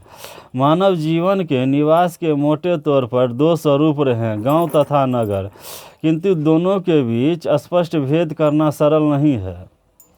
यह नहीं कहा जा सकता कि अमुक स्थान पर बसी बस्तियाँ गांव है और अमुक स्थान पर बसी शहर या नगर। माने गांव और नगर कह देना आसान बात है, लेकिन गांव और नगर को परिभाषित करना उतना आसान नहीं है। गांव उस स्थान को कहा जा सकता है जहां सर्वप्रथम कृषि होना आरंभ हुआ। गांव जो है उस स्थान को कहा जाता है जहां सर्वप्रथम कृषि होना आरंभ हुआ। माने जहां खेती होता है उसी को गांव कहा जाता है। गांव में खेती होता है, पशुपालन होता है, गाय पालन होता है। गांव में जो है सो सभी व्यक्ति अपना जो है सो मेन खेती और गाय पालन पर डिपेंड रहता है, लेकिन शहर में ऐसा बात नहीं है। शहर में कल कारखाना अधिक है, तो इसीलिए शहर का वातावरण और गांव का वातावरण जो है अलग है। गांव उस स्थान को कहा जाता है जब वहाँ सर्वप्रथम कृषि होना आरंभ हुआ। कृषि ने ही मानव को सामुदायिक स्थायित्व प्रदान किया। कृषि जो है मानव को सामुदायिक स्थायित्व प्रदान किया। खेती ही जो है सो मनुष्य का मूल आधार है। भारत जो है कृषि प्रधान देश है और खेती इसका मूल आधार है और इसी कारण स्थायित्व प्रदान करता है। इसी स्थायित्व के आधार पर व्यवस्थापन को गांव की संज्ञा दी गई है। कुछ महत्वपूर्ण परिभाषाएं और लिखित है। इरावती कर्वे ने लिखा है कि एक आकस्मिक अवलोकनकर्ता के लिए एक क्षेत्रीय निवास गांव कहलाते हैं जहां अधिकांश रूप से खेती हो और इन खेतों का विवरण हो गया हो। कई रूपों में विभिन्नता आ गई है और अब भी उनके लिए गांव कहलाते हैं जो गांव में रहते हैं उनके पड़ोसी हो और वे अपने उद्देश्यात्मक सीमा और विषयात्मक भावनाएं रखते हो। For a casual observation the habitation or called a village has gross farming in must cause. These farms get distribute and becomes distinct in creative ways. At it and it still things called a village remain which is objective boundaries and its subjective feeling for those who live in a village and also for those who are its neighbors. When for a casual observer, the habitation are called a village and gross farming in most cause. These farms get distributed and becomes distinct in certain ways and still something called a village remained which objective boundaries and its subjective feeling for those who live in a village and also for those who are its neighbors. इस परिभाषा से स्पष्ट है गांव एक क्षेत्रीय निवास स्थान है। गांव एक क्षेत्रीय निवास स्थान है। इनके अधिकांश लोग कृषि से जुड़े होते हैं। इनमें एक विशेष भावनाएं पाई जाती है। एन एल सिम्स के अनुसार गांव वह नाम है जो प्राचीन कृषकों की स्थापना को साधारणतः दर्शाता है। The village is the name commonly use to designate the settlement of sedentary agriculturist. इस कथन से स्पष्ट है कि गांव सदस्यों का अस्थायी निवास स्थान है। गांव कृषि से संबंधित है। ए आर देसाई का कहना है कि ए आर देसाई साहब का कहना है कि गांव सामूहिक मानवीय निवास की प्रथम स्थापित व्यवस्था है और कृषि अर्थव्यवस्था के विकास का परिणाम है। ए आर देसाई साहब का कहना है कि गांव सामूहिक मानवीय निवास की प्रथम स्थायित्व व्यवस्था और कृषि व्यवस्था के विकास का परिणाम है। ए आर देसाई साहब का कहना है गांव सामूहिक मानवीय निवास की प्रथम स्थापित व्यवस्था है और कृषि अर्थव्यवस्था के विकास का परिणाम है।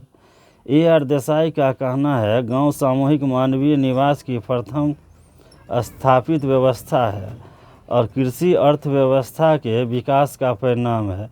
The village is for first settlement for collective human habitation and the product of the growth of agricultural economy.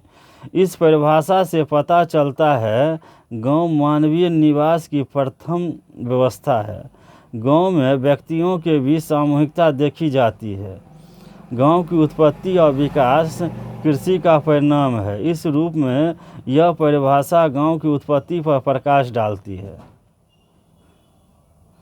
A R Desai साहब ने आगे पुनः लिखा है गांव ग्रामीण समाज की इकाई है। यह वह रंगमंच है जहाँ ग्रामीण जीवन का प्रमुख भाग स्वयं प्रकट होता है और कार्य करता है। The village is the unit of the rural community society. It is the hatcher within the human of rural life unfold itself and function. इससे पता चलता है गांव एक निवास व्यवस्था है। यह ग्रामीण समाज की इकाई है। यहाँ ग्रामीण जीवन की विशेषताएं पाई जाती है। इस प्रकार उपरोक्त वर्णन के आधार पर कहा जा सकता है कि गांव सामुदायिकता, कृषि और विशिष्ट जीवन से संबंधित एक निवास व्यवस्था है। इस प्रकार उपरोक्त वर्णन के आधार पर कहा जा सकता है गांव सामूहिकता, कृषि और विशिष्ट जीवन से संबंधित एक निवास व्यवस्था है। ग्रामीण समुदाय का अर्थ एवं परिभाषा है। Meaning and definition of rural community. What is meaning and definition of rural community? Meaning and definition of rural community. ग्रामीण समुदाय का अर्थ एवं परिभाषाएं। तो ग्रामीण समुदाय दो शब्दों के योग से बना है, ग्रामीण और समुदाय। ग्रामीण समुदाय जो है दो शब्दों से बना है, ग्रामीण और समुदाय। शाब्दिक तौर पर गांव के परिवेश को ग्रामीण कहेंगे, माने गांव का परिवेश जो होता है उसे ग्रामीण कहेंगे। ग्रामीण शब्द की व्याख्या पी.एच. लिंडिस साहब ने तीन तत्वों को विशेष महत्व दिया है। प्रकृति पर प्रत्यक्ष निर्भरता, पहला पॉइंट हो गया प्रकृति पर प्रत्यक्ष निर्भरता। दूसरा पॉइंट हो गया सीमित आकार। सीमित आकार जो है वो भी हो गया। तीसरा हो गया घनिष्ठ और प्राथमिक। घनिष्ठ और प्राथमिक समुदाय मानव का एक ऐसा समूह है जो एक भौगोलिक क्षेत्र में निवास करता है। माने मानव समाज जो है एक ऐसा समूह है जो एक भौगोलिक क्षेत्र में निवास करता है, जिसमें हम की भावना होती है और जिनका एक समान जीवन होता है, जिसमें हम की भावना भी होती है और एक समान जीवन भी होता है। मानव समूह की अधिकांश आवश्यकताएं समुदाय में ही पूरी होती है। ग्रामीण और समुदाय की व्याख्या के उपरांत ग्रामीण समुदाय की परिभाषा को आसानी से समझा जा सकता है।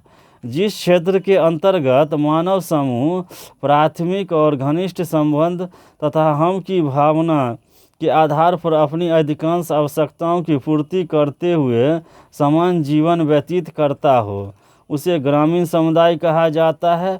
कुछ महत्वपूर्ण परिभाषाएं निम्न प्रकार हैं। कुछ महत्वपूर्ण परिभाषाएं जो है निम्न प्रकार हैं। ग्रामीण और समुदाय की व्याख्या के उपरांत ग्रामीण समुदाय की परिभाषा की आसानी से समझा जा सकता है। जिस क्षेत्र के अंतर्गत मानव समूह प्राथमिक और घनिष्ठ संबंध तथा हम की भावना के आधार पर अपनी अधिकांश आवश्यकताओं की पूर्ति करते हुए समान जीवन व्यतीत करता हो, उसे ग्रामीण समुदाय कहा जाता है। कुछ महत्वपूर्ण परिभाषाएं निम्न है।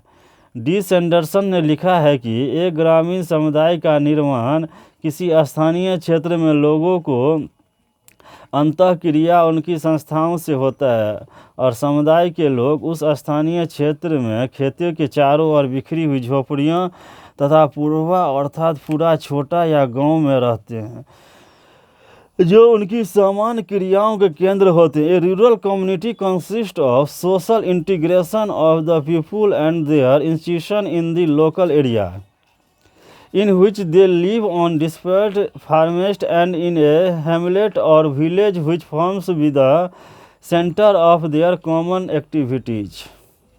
इस परिभाषा से चार बातों से पता चलता है कि ग्रामीण समुदाय का एक निश्चित क्षेत्र होता है। इस क्षेत्र के लोगों में अंतःक्रिया पाई जाती है।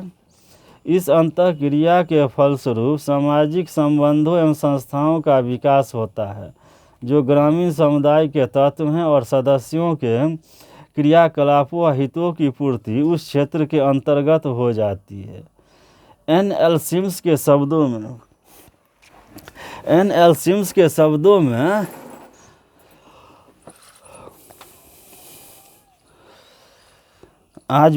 आज जो लेक्चर है उसका वीडियो लंबा बनेगा। लगभग आज का लेक्चर का वीडियो 2 घंटा का बनेगा और यह हर एक एग्ज़ाम के लिए इम्पोर्टेंट है। दुनिया का कोई भी एग्ज़ाम हो, बड़ा से बड़ा हो और छोटा से छोटा एग्ज़ाम हो, हर एक एग्ज़ाम के लिए आज का लेक्चर समाजशास्त्र सब्जेक्ट से संबंधित हर एक विद्यार्थी के लिए बहुत इम्पोर्टेंट, महत्वपूर्ण और उपयोगी है। दुनिया का कोई भी एग्ज़ाम हो, बड़ा से बड़ा एग्ज़ाम हो और छोटा से छोटा एग्ज़ाम हो, सभी एग्ज़ाम को आज का लेक्चर जो है समाज, ग्रामीण और नगरीय समुदाय से कोई भी प्रश्न पूछा जाएगा तो इससे अधिक कुछ नहीं रहेगा। तो आज का लेक्चर जो है लगभग 2 घंटा का होने जा रहा है। सोशोलॉजी से संबंधित जो भी स्टूडेंट विद्यार्थी हैं वह ग्रामीण और नगरीय समुदाय के बारे में अध्ययन करने से उनको परीक्षा में बहुत फ़ायदेमंद होगा। तो आगे चलते हैं। एन.एल. सिम्स के शब्दों में, जिन बृहद क्षेत्र में लगभग सभी या अधिकांश महत्वपूर्ण मानवीय हितों की संतुष्टि हो जाती है, उनको ग्रामीण समुदाय मान लेने के लिए समाजशास्त्रियों के बीच झुकाव बढ़ता जा रहा है। समाजशास्त्रियों के बीच जो झुकाव है वो बढ़ता जा रहा है। There is a growing tendency among sociologist to restrict the term rural community to the larger area in which all or most of the major human interests are satisfied। इस परिभाषा से दो बातों की जानकारी मिलती है। ग्रामीण समुदाय का एक क्षेत्र होता है और इस क्षेत्र के अंतर्गत निवास करने वाले समूह के महत्वपूर्ण सभी या अधिकांश उद्देश्यों की पूर्ति हो जाती है। F.E. मेरिल और F.E. Merrill and H.T. Irwin के अनुसार ग्रामीण समुदाय संस्थाओं और व्यक्तियों का ऐसा संकलन है जो छोटे से केंद्र के चारों ओर संगठित होते हैं और समान प्राथमिक हितों में सहभागी बनते हैं। The rural community comprise the consultation of institution and person grouped about A small centred and sharing common primary interest. इस परिभाषा से स्पष्ट है, ग्रामीण समुदाय अनेक व्यक्तियों और संस्थाओं का संगठन है और इस संगठन में व्यक्तियों के अपने समान प्राथमिक हितों की पूर्ति करते हैं। उपयुक्त परिभाषाओं के आधार पर कहा जा सकता है कि ग्रामीण समुदाय एक निश्चित क्षेत्र के अंतर्गत रहने वाले व्यक्तियों का समूह है जहां अनौपचारिक, घनिष्ठ और प्राथमिक संबंध पाए जाते हैं। इनमें हम की भावना होती है और मूलतः कृषि पर निर्भर होते हैं। इसमें व्यक्ति के समग्र जीवन का समावेश होता है। ग्रामीण गांव या ग्रामीण समुदाय की विशेषताएं। Characteristics of village of rural community. गांव या ग्रामीण समुदाय की विशेषताएं क्या हैं? भारत गांव का देशो है। भारत जो है गांव का देशो है। इसकी अधिकांश आबादी गांव में रहती है। वज्रराज चौहान B.R. चौहान के शब्दों में, भारत में 8 में से 7 आदमी गांव में रहते हैं। माने भारत में 8 व्यक्ति में से समझिए 7 व्यक्ति गांव में रहते हैं। यानी कहने का अर्थ है कि भारत कृषि प्रधान देश है और गांव में रहने वाले व्यक्तियों की संख्या जो है 100 में 99% है। माने 99% व्यक्ति गांव में ही रहता है, 1% व्यक्ति जो है शहर में रहता है। तो इसी बात से अंदाज़ा लगा सकते हैं जो भारत में गांव कितना महत्व रखता है। जबकि दूसरे देशों में आधे से अधिक लोग शहरों, उसी तरह दूसरे देशों में जाइए जैसे Britain, America, France, Japan, Italy, इसमें शहर अधिक है, गांव कम है, क्योंकि वहाँ पर खेती नहीं होता है, इसलिए शहर अधिक है, गांव कम है। गांव विशेषता है जिसके आधार पर उसकी अवधारणा और प्रकृति स्पष्ट होगी। इनकी मूल विशेषताएं निम्न है। निश्चित क्षेत्र, डिफाइंड टेरिटरी। ग्रामीण समुदाय का एक निश्चित क्षेत्र होता है। यह निश्चित क्षेत्र एक खास नाम से जाना जाता है। इसी निश्चित क्षेत्र के अंतर्गत व्यक्तियों का समान जीवन व्यतीत होता है। वे अपने घनिष्ठ, मधुर और प्राथमिक संबंधों के द्वारा अपने क्षेत्र के लोगों से जुड़े होते हैं। इसके अंतर्गत अपने समान जुड़े रहते हैं और इनमें एकता का भाव दृढ़ होता है। इसे ही ग्रामीण एकता कहा जाता है। सीमित आकार एवं घनत्व। Limited size and density. What is limited size and density? Limited size and density क्या है? ग्रामीण समुदाय आकार की दृष्टि से छोटा होता है। D.L. स्मिथ का कहना है कि लघु समुदाय और ग्रामीण समुदाय एक दूसरे के पर्यायवाची बन गए हैं। Small community and rural community become symphonies. Bharat में अधिकांश गाँवों की जनसंख्या 1000 से अधिक नहीं है।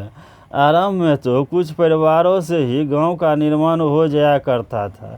साथ ही आबादी एक ग्रामीण समुदाय की सीमा के अंतर्गत घने तौर पर वसी नहीं होती है। समांतर जनसंख्या के घनत्व तथा ग्रामीणता में नकारात्मक सहसंबंध होता है। प्राथमिक संबंध, प्राइमरी रिलेशन। ग्रामीण समुदाय के सदस्यों में प्राथमिक संबंध पाए जाते हैं। ग्रामीण समुदाय के सदस्यों में प्राथमिक संबंध पाए जाते हैं। इनमें व्यक्तिगत और घनिष्ठ संबंध होते हैं। ग्रामीण समुदाय का आकार छोटा होने के कारण लगभग हर व्यक्ति को जानता है।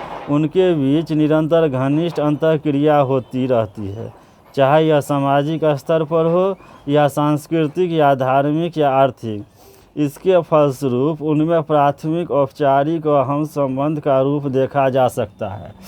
एक रूपता क्या होता है? होमोजेनिटी। एक रूपता, व्हाट इज होमोजेनिटी? ग्रामीण समुदाय की एक खास विशेषता एक रूपता कही जाती है। यद्यपि गांव में जातिगत और आर्थिक भिन्नता है, इसके बावजूद एक रूपता उसकी विशेषता रही है। इसका कारण यह है कि ग्रामीण समुदाय के अधिकांश लोगों का रहन सहन, खान पान, पर्व त्यौहार, बोलचाल और भाषा, प्रथा, रीति रिवाज आदि में समानता देखी जाती है। अधिकांश कृषि से जुड़े होते हैं। इस विशेषता का उल्लेख ए.एल. बर्टेन ने इन शब्दों में किया है: ग्रामीण रंगमंच में एकता यंत्रवंत है, एक रूपता एकीकरण की कुंजी है। एक रूपता एकीकरण की कुंजी है। In the rural setting solidity is of the mechanised type with homogeneity the key of integration. In the rural setting solidity of the mechanism type with homogeneity the key of integration। कृषि, agriculture. What is agriculture? कृषि क्या है? ग्रामीण समुदाय मूल रूप से कृषक समाज है। ग्रामीण समुदाय जो है सो मूल रूप से कृषक समाज है। ग्रामीण समुदाय जब भी आप बोलिएगा तभी ये कृषक समाज अंदाजा लगाइए, दोनों एक दूसरे के समानार्थी है। ग्रामीण समुदाय और कृषक समाज। जहाँ ग्रामीण है वहाँ कृषि योग्य भूमि होना ही होना है, क्योंकि शहर में कृषि योग्य भूमि नहीं रहता है, लेकिन गांव में विशेष रूप से रहता है। तो जहाँ गांव है वहाँ कृषि योग्य भूमि रहना ही है। इससे अधिकांश लोग कृषि पर निर्भर होते हैं, बड़े किसान हो या छोटे किसान, भूमिहीन हो या मजदूर। माने बड़े किसान हो, छोटे किसान हो, भूमिहीन हो, मजदूर हो, सभी जो है उसकी आजीविका का प्रमुख साधन कृषि है। दूसरे व्यवसाय की तुलना में खेती ही मुख्य व्यवसाय है। ग्रामीण समुदाय में ऐसे भी काफ़ी लोग होते हैं जो स्वयं कृषक तो नहीं होते, लेकिन वे जो काम करते हैं उसका कृषि के काम से निकटतम संबंध होता है। जैसे चरवाहा, मवेशिया, अनाज के व्यापारी, हल आदि के बनाने वाले बढ़ई और लुहार, अनाज ढोने वाले मजदूर आदि। इस प्रकार प्रत्यक्ष या अप्रत्यक्ष रूप में अधिकांश लोग कृषि से जुड़े होते हैं। अधिकांश लोग जो कृषि से जुड़े होते हैं। जजमानी सिस्टम। आज का वीडियो जो है सो लंबा होने जा रहा है, क्योंकि आज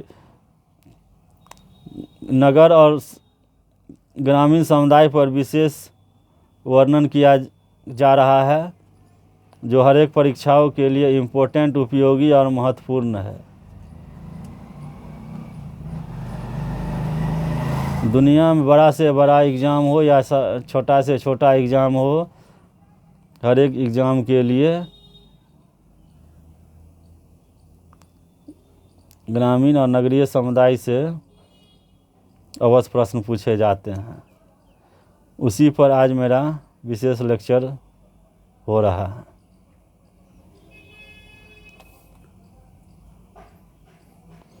इसीलिए आज का वीडियो लगभग 2 घंटा का होने जा रहा है। तो आगे हम वर्णन कर रहे हैं जजमानी व्यवस्था। व्हाट इज जजमानी व्यवस्था? भारत के ग्रामीण समुदाय की एक महत्वपूर्ण विशेषता जजमानी व्यवस्था का होना कहा जाता है। इसने भारतीय गांव को एक आत्मनिर्भर समुदाय के रूप में बनाए रखने में योगदान दिया है। इस व्यवस्था में जजमान सेवा पाने वाले और कमीन सेवा प्रदान करने वाले की 2 भूमिकाएं सम्मिलित हैं। कमीन जातियां जजमान जातियों के लिए कुछ व्यावसायिक, सामाजिक, आर्थिक और धार्मिक सेवाएं प्रदान करती है, जिसके लिए जजमान विशेष अवसरों पर भुगतान करते रहते हैं। यह भुगतान भोजन, वस्त्र, अन्न और धन के रूप में होते हैं। जाति व्यवस्था, caste system. What is caste system? भारतीय ग्रामीण समुदाय की प्रमुख विशेषता जाति व्यवस्था रही है। इस व्यवस्था में व्यक्ति को जन्म से ही उसका कर्म, हैसियत तथा पद निर्धारित होते हैं। यह व्यवस्था हजारों वर्षों से ग्रामीण जीवन को प्रभावित करती आई है। काफ़ी उथल पुथल के बावजूद इसका अस्तित्व कायम है। ग्रामीण समुदाय के समस्त क्रियाकलाप और संबंधों पर जाति के प्रभाव देखे जा सकते हैं। जजमानी व्यवस्था के कारण प्रत्येक जाति दूसरी जाति से जुड़े देखे जाते हैं। जाति व्यवस्था ग्रामीण जीवन के आर्थिक, राजनीतिक एवं अन्य संरचनाओं से जुड़ा हुआ है।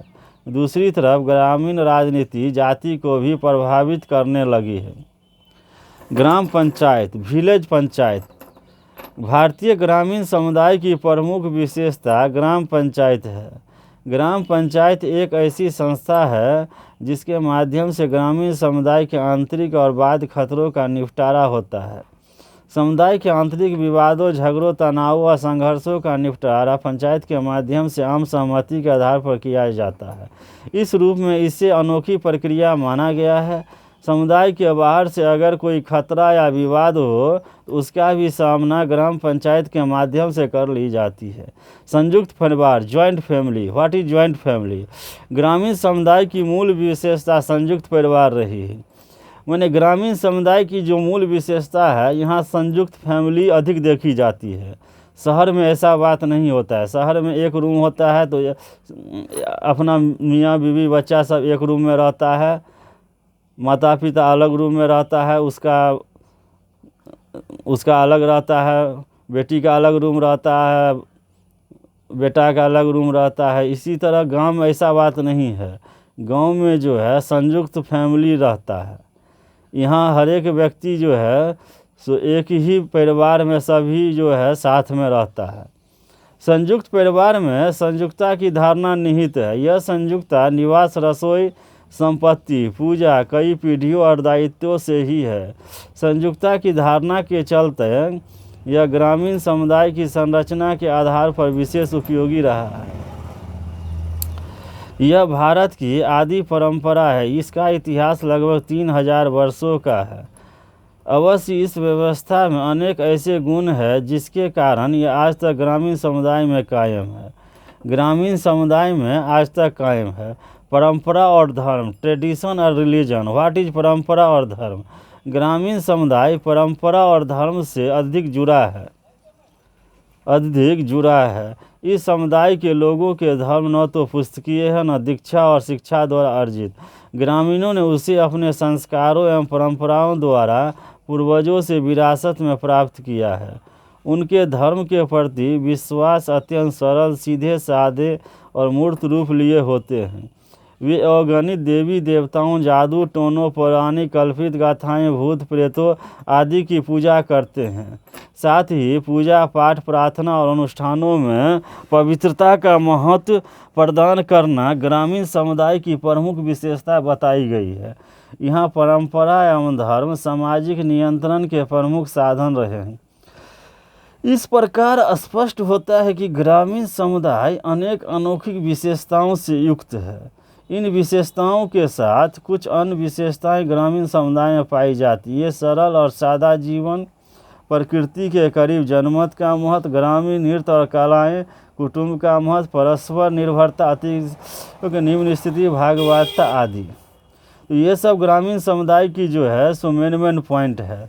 तो ग्रामीण समुदाय में जो है सो, लेकिन आजकल का समय जो है बहुत आगे चल गया है। आज इंटरनेट सब आ गया है। सभी व्यक्ति जो है सो मोबाइल ले लिया है। हर एक व्यक्ति मोबाइल में जो है सो व्यस्त रहता है और मोबाइल से ही जो है सो जीवन में समझता है सबसे बड़ा उसका दोस्त है। तो ये सब खामी है बहुत समाज में खामी जो है सो, पहले ये सब सिस्टम नहीं था। अब पहले शहर में ही चलता था, लेकिन आजकल ये सब धीरे धीरे गांव में भी प्रवेश करने जा रहे, क्योंकि गांव में भी आजकल इतना सवारी और रेल से जुड़ गया है, हर एक सड़क से संपर्क हो गया है, जो अब शहर जाना दूर की बात नहीं रह गया। अब लोग जब चाहे सब शहर जा सकता है। पहले था जो कभी कभी, तो इसीलिए अब गांव और शहर में भी अब बहुत नज़दीकी आ गया है। तो अब जो है आगे वर्णन हम करेंगे ग्रामीण समुदाय में परिवर्तन, चेंज इन रूरल कम्युनिटी। ग्रामीण समुदाय में परिवर्तन क्या है? Change in rural community. परिवर्तन समाज का नियम है। यह एक विश्वव्यापी घटना है। भारतीय ग्रामीण समुदाय का परिवर्तन से प्रभावित होना अस्वाभाविक नहीं कहा जा सकता। 19वीं सदी से परिवर्तन की प्रक्रिया तीव्र होती गई है। नई मशीनों का गांव में प्रवेश, रेल, तार, रेडियो, टेलीविज़न का विस्तार, नई लोकतांत्रिक व्यवस्था, नए उत्पादन के ढंग एवं शिक्षा का प्रसार आदि के फलस्वरूप ग्रामीण समुदाय परिवर्तन के दौर में है। ग्रामीण समुदाय जो है परिवर्तन के दौर में है। संयुक्त परिवार, जाति व्यवस्था और ग्रामीण समुदाय भारतीय समाज के आधार रहे हैं, जो एक दूसरे से संबंधित है। जब संयुक्त परिवार और जाति व्यवस्था में परिवर्तन हुए तब उसका प्रभाव ग्रामीण समुदाय पर पड़ना स्वाभाविक है। ग्रामीण समुदाय में परिवर्तन को निम्नांकित रूप में देखा जा सकता है। सामुदायिक जीवन में परिवर्तन, चेंज इन कम्युनिटी लाइफ। सामुदायिक जीवन में परिवर्तन जो हो गया, change in community life. What is change in community life? क्या होता है? ग्रामीण समुदाय समग्र जीवन का क्षेत्र रहा, लेकिन आज इसमें परिवर्तन देखा जा सकता है। समुदाय का आर्थिक जीवन बृहत्तर समाज के आर्थिक व्यवस्था से संबंधित हो गया है तथा राजनीतिक जीवन में भी समुदाय का महत्व कम देखा गया है। व्यक्ति का राजनीतिक संबंध सीधे राज्य और सरकार से स्थापित होने लगा है। समूह की भावना के स्थान पर व्यक्तिगत भावना प्रभावशाली होती जा रही है। इससे सामुदायिक भावना की गहराई और प्रगाढ़ता में कमी आई है। सामाजिक सांस्कृतिक जीवन में कुछ हद तक परिवर्तन देखा जा सकता है। संयुक्त परिवार में परिवर्तन, change in joint family. What is change in joint family? अब संयुक्त परिवार में परिवर्तन हो गया। भारतीय ग्रामीण समुदाय के निर्णायक इकाइयों में संयुक्त परिवार का एक खास महत्व रहा है। माने भारतीय समाज का जब भारतीय ग्रामीण समुदाय का जो निर्माण हुआ उसमें संयुक्त परिवार एक प्रमुख इकाई रहा है। इसके मूल और ग्रामीण समुदाय का शक्ति प्रदान करते रहे। लेकिन आधुनिक कारक जैसे कहें ना, इंटरनेट आ गया, मोबाइल में लोग व्यस्त रहने लगे, सब अपने आप में मस्त रहने लगे, एक दूसरे से मतलब नहीं रखा। इसी कारण संयुक्त परिवार धीरे धीरे टूटने लगा। आज ग्रामीण समुदाय में 3-4 पीढ़ियों के लोग भी संयुक्त परिवार में पहले देखे जैसा था, लेकिन आज के डेट में एक पीढ़ी के लोग भी साथ में नहीं रहने लगे हैं। स्त्रियों की स्थिति में बदलाव आया है। स्त्रियों की स्थिति में भी बदलाव आया है। पहले स्त्रियां साड़ी पहनकर घूंघट डाल के चलती थी, लेकिन आजकल की स्त्रियां जो है सो उसका पहनावा ओढ़ावा बिल्कुल अलग हो गया है।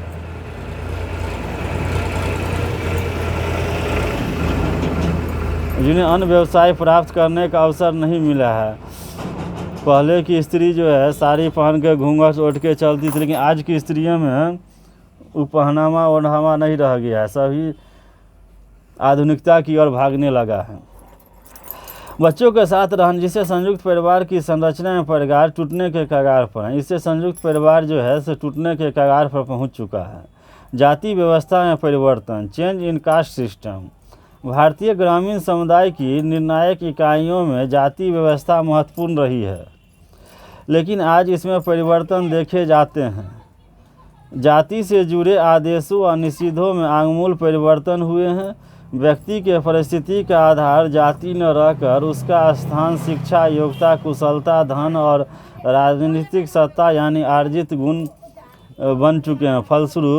फलस्वरूप जाति संस्करण में निम्न समझी जाने वाली अनुसूचित जातियों के प्रति दृष्टिकोण में बदलाव आया है। इसमें नई चेतना का विकास हुआ है, तथापि राजनीतिक तौर पर जाति की भूमिका का प्रभाव बढ़ा है। गांव में आज वही जातियां पेशे से जुड़े हैं जिन्हें अन्य व्यवसाय प्राप्त करने का अवसर नहीं मिलता है। आज गांव में प्राय उसी जाति को सबल माना जाता है जिसके पास अपनी जनसंख्या, धन और राजनीतिक शक्ति है। जजमानी व्यवस्था में परिवर्तन। What is jajmani? Change in jajmani system. भारतीय ग्रामीण समुदाय का एक महत्वपूर्ण अंग जजमानी व्यवस्था रहा है। इसने भारतीय गांव को एक आत्मनिर्भर समुदाय के रूप में बनाए रखने में योगदान दिया है। वर्तमान में यह व्यवस्था परिवर्तन के दौर में है। आज की ग्रामीण अर्थव्यवस्था पूर्ण रूप से जजमानी व्यवस्था पर निर्भर नहीं है।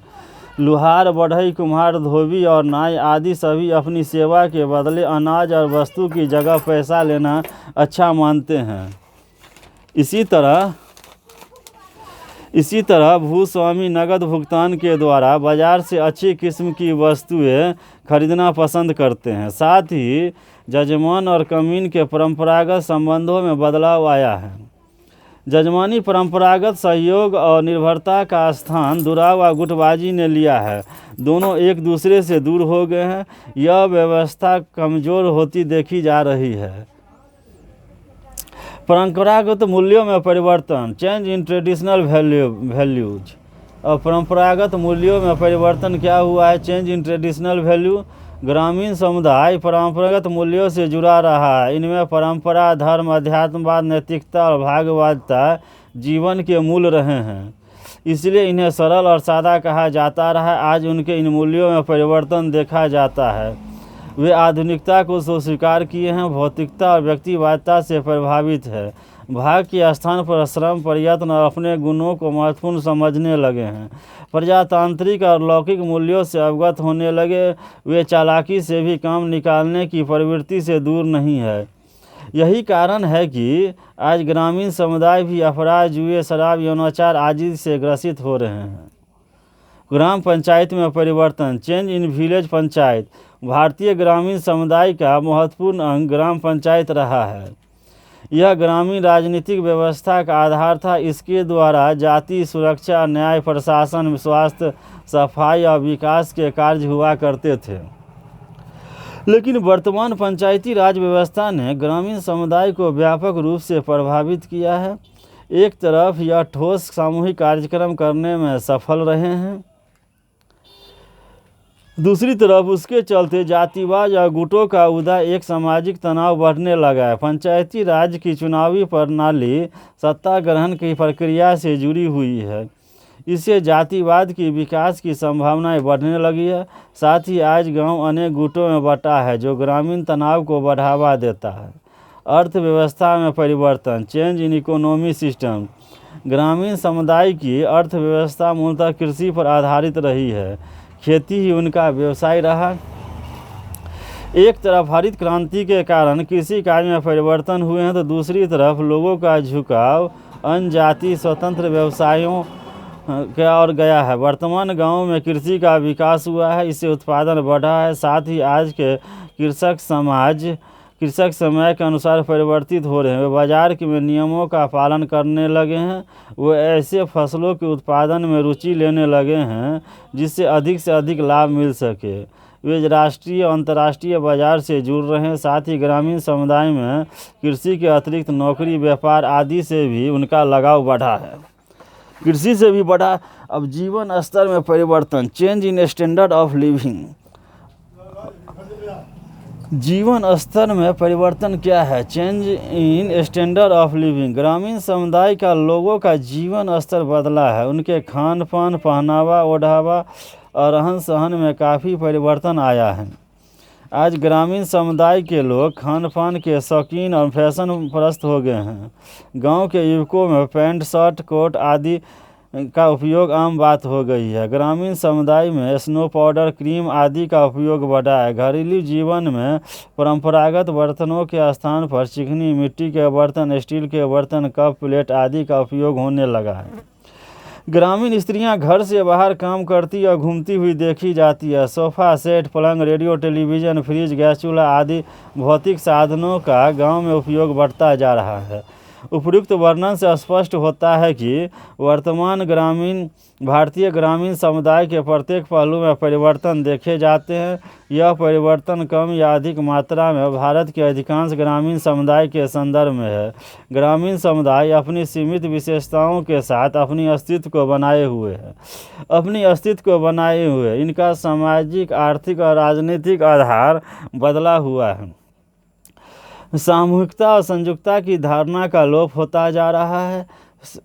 सामूहिकता संयुक्ता की धारणा का लोप होता जा रहा है।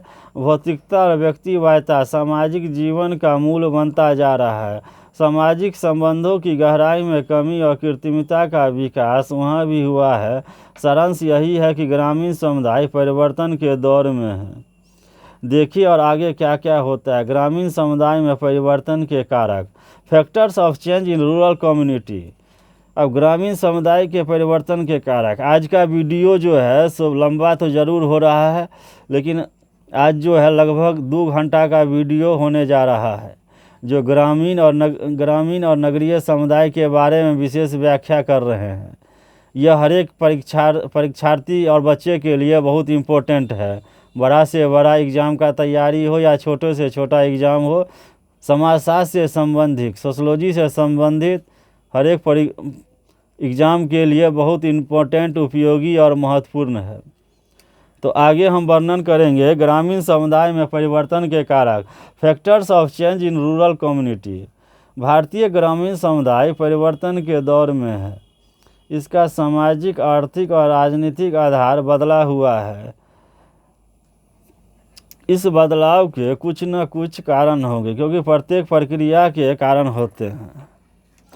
तो ये लेक्चर जो है आपको सोशलॉजी विद ध्रुव यूट्यूब पर आपको मिल जाएगा। सोशलॉजी विद ध्रुव अगर आप यूट्यूब पर जाइएगा तो आपको ये लेक्चर 2 घंटा का मिल जाएगा। और 2 घंटा का लेक्चर जो है विशेष रूप से स्मरण मनन कीजिएगा, जो आपको समाजशास्त्र से और नगरीय और ग्रामीण समाजशास्त्र के पहले पहलू को आपको समझने में कारगर कायम होगा। तो आप सोशलॉजी विद ध्रुव यूट्यूब पर जाइएगा और सर्च कीजिएगा, तो उस पर सोशलॉजी का लेक्चर जो है आपको मिल जाएगा। उसको आप बार बार स्मरण कीजिएगा। एक बार नहीं समझ में आए 2 बार, 2 बार नहीं 4 बार, 4 बार नहीं 8 बार, 8 बार नहीं 16 बार, 16 बार नहीं 32 बार, 32 बार नहीं 64 बार जो है बराबर उसको स्मरण करने से आपको धीरे धीरे समझ में आएगा जो ग्रामीण क्या होता है और ग्रामीण नगरीय क्या होता है। तो 2 घंटा का लेक्चर जो है उसमें भी पूरा जो है सो ग्रामीण और नगरीय सभ्यता कवर नहीं होगा। इसका अगले पार्ट अगले लेक्चर में किया जाएगा। आज 2 घंटा का लेक्चर देके स्टॉप किया जाएगा। अगले लेक्चर में फिर आगे ग्रामीण और नगरीय समुदाय पर विशेष वर्णन किया जाएगा। तो आप अगर देखना चाहते हैं तो सोशलॉजी विद ध्रुव यूट्यूब पर जाइएगा तो आपको जो है सो लेक्चर पूरा मिल जाएगा। तो आज का लेक्चर 2 घंटा का होने जा रहा है और अगले लेक्चर में भी और आगे विशेष रूप से वर्णन किया जाएगा। तो ग्रामीण समुदाय में परिवर्तन के कारक, factors of change in rural community. भारतीय ग्रामीण समुदाय परिवर्तन के दौर में है। इसका सामाजिक, आर्थिक और राजनीतिक आधार बदला हुआ है। इस बदलाव के कुछ न कुछ कारण होंगे, क्योंकि प्रत्येक प्रक्रिया के कारण होते हैं। परिवर्तन भी एक प्रक्रिया है, इसलिए इसके भी कुछ कारण है। ग्रामीण समुदाय के परिवर्तन के जो कारण है उनमें मुख्य का वर्णन निम्न रूप में है। शिक्षा का विस्तार, एक्सटेंशन ऑफ एजुकेशन। स्वतंत्रता प्राप्ति के भारत में शिक्षा का विस्तार तेजी से हुआ है। इस विस्तार से गांव भी अछूता नहीं है। इससे न केवल शहर और गांव के लोग लाभान्वित हुए हैं, बल्कि गांव के लोग भी लाभान्वित। ग्रामीण साक्षरता में वृद्धि हुई है। शिक्षा लोगों को उदार, विवेकशील और जनतांत्रिक बनाती है। शिक्षित लोगों में अंधविश्वास और रूढ़िवादिता कम देखी जाती है। तो ग्रामीण समुदाय में परिवर्तन का जो कारक है उसमें हम आज अभी जो है सो मेन टॉपिक का वर्णन कर देते हैं और उसका जो विस्तृत अध्ययन है वो अगले टॉपिक में किया जाएगा। तो मेन टॉपिक जो हो गया, पहला हो गया शिक्षा का विस्तार, दूसरा हो गया औद्योगिकरण, तीसरा हो गया नगरीकरण, चौथा हो गया यातायात एवं संचार, पाँचवा हो गया जनसंख्या वृद्धि, छठा हो गया नया संविधान, सातवां हो गया नया सामाजिक कानून, 8वां हो गया सरकारी योजनाएं। तो 8 पॉइंट जो है सो ये 8 पॉइंट ग्रामीण समुदाय में परिवर्तन के कारक हैं। Factors of change in rural community, माने factors of change in rural community में जो है 8 प्रमुख कारक है। तो इसका जो विस्तार से वर्णन है वो अगले वीडियो में किया जाएगा। आज 2 घंटा का जो वीडियो बना है इसके बाद स्टॉप किया जाता है और यह 2 घंटा का वीडियो समाजशास्त्र से संबंधित दुनिया का कोई भी एग्ज़ाम हो, बड़ा से बड़ा एग्ज़ाम हो, छोटा से छोटा एग्ज़ाम हो, A to Z एग्ज़ाम के लिए बहुत इम्पोर्टेंट, कारगर और महत्वपूर्ण है। हर एक बच्चे इसको बार बार स्मरण कीजिएगा। एक बार नहीं समझ में आए, 2 बार 4 बार बराबर स्मरण करने से उसको आपको समझ में आएगा। जय समाजशास्त्र, जय सोशियोलॉजी, जय समाजशास्त्र, जय हिंद, जय भारत।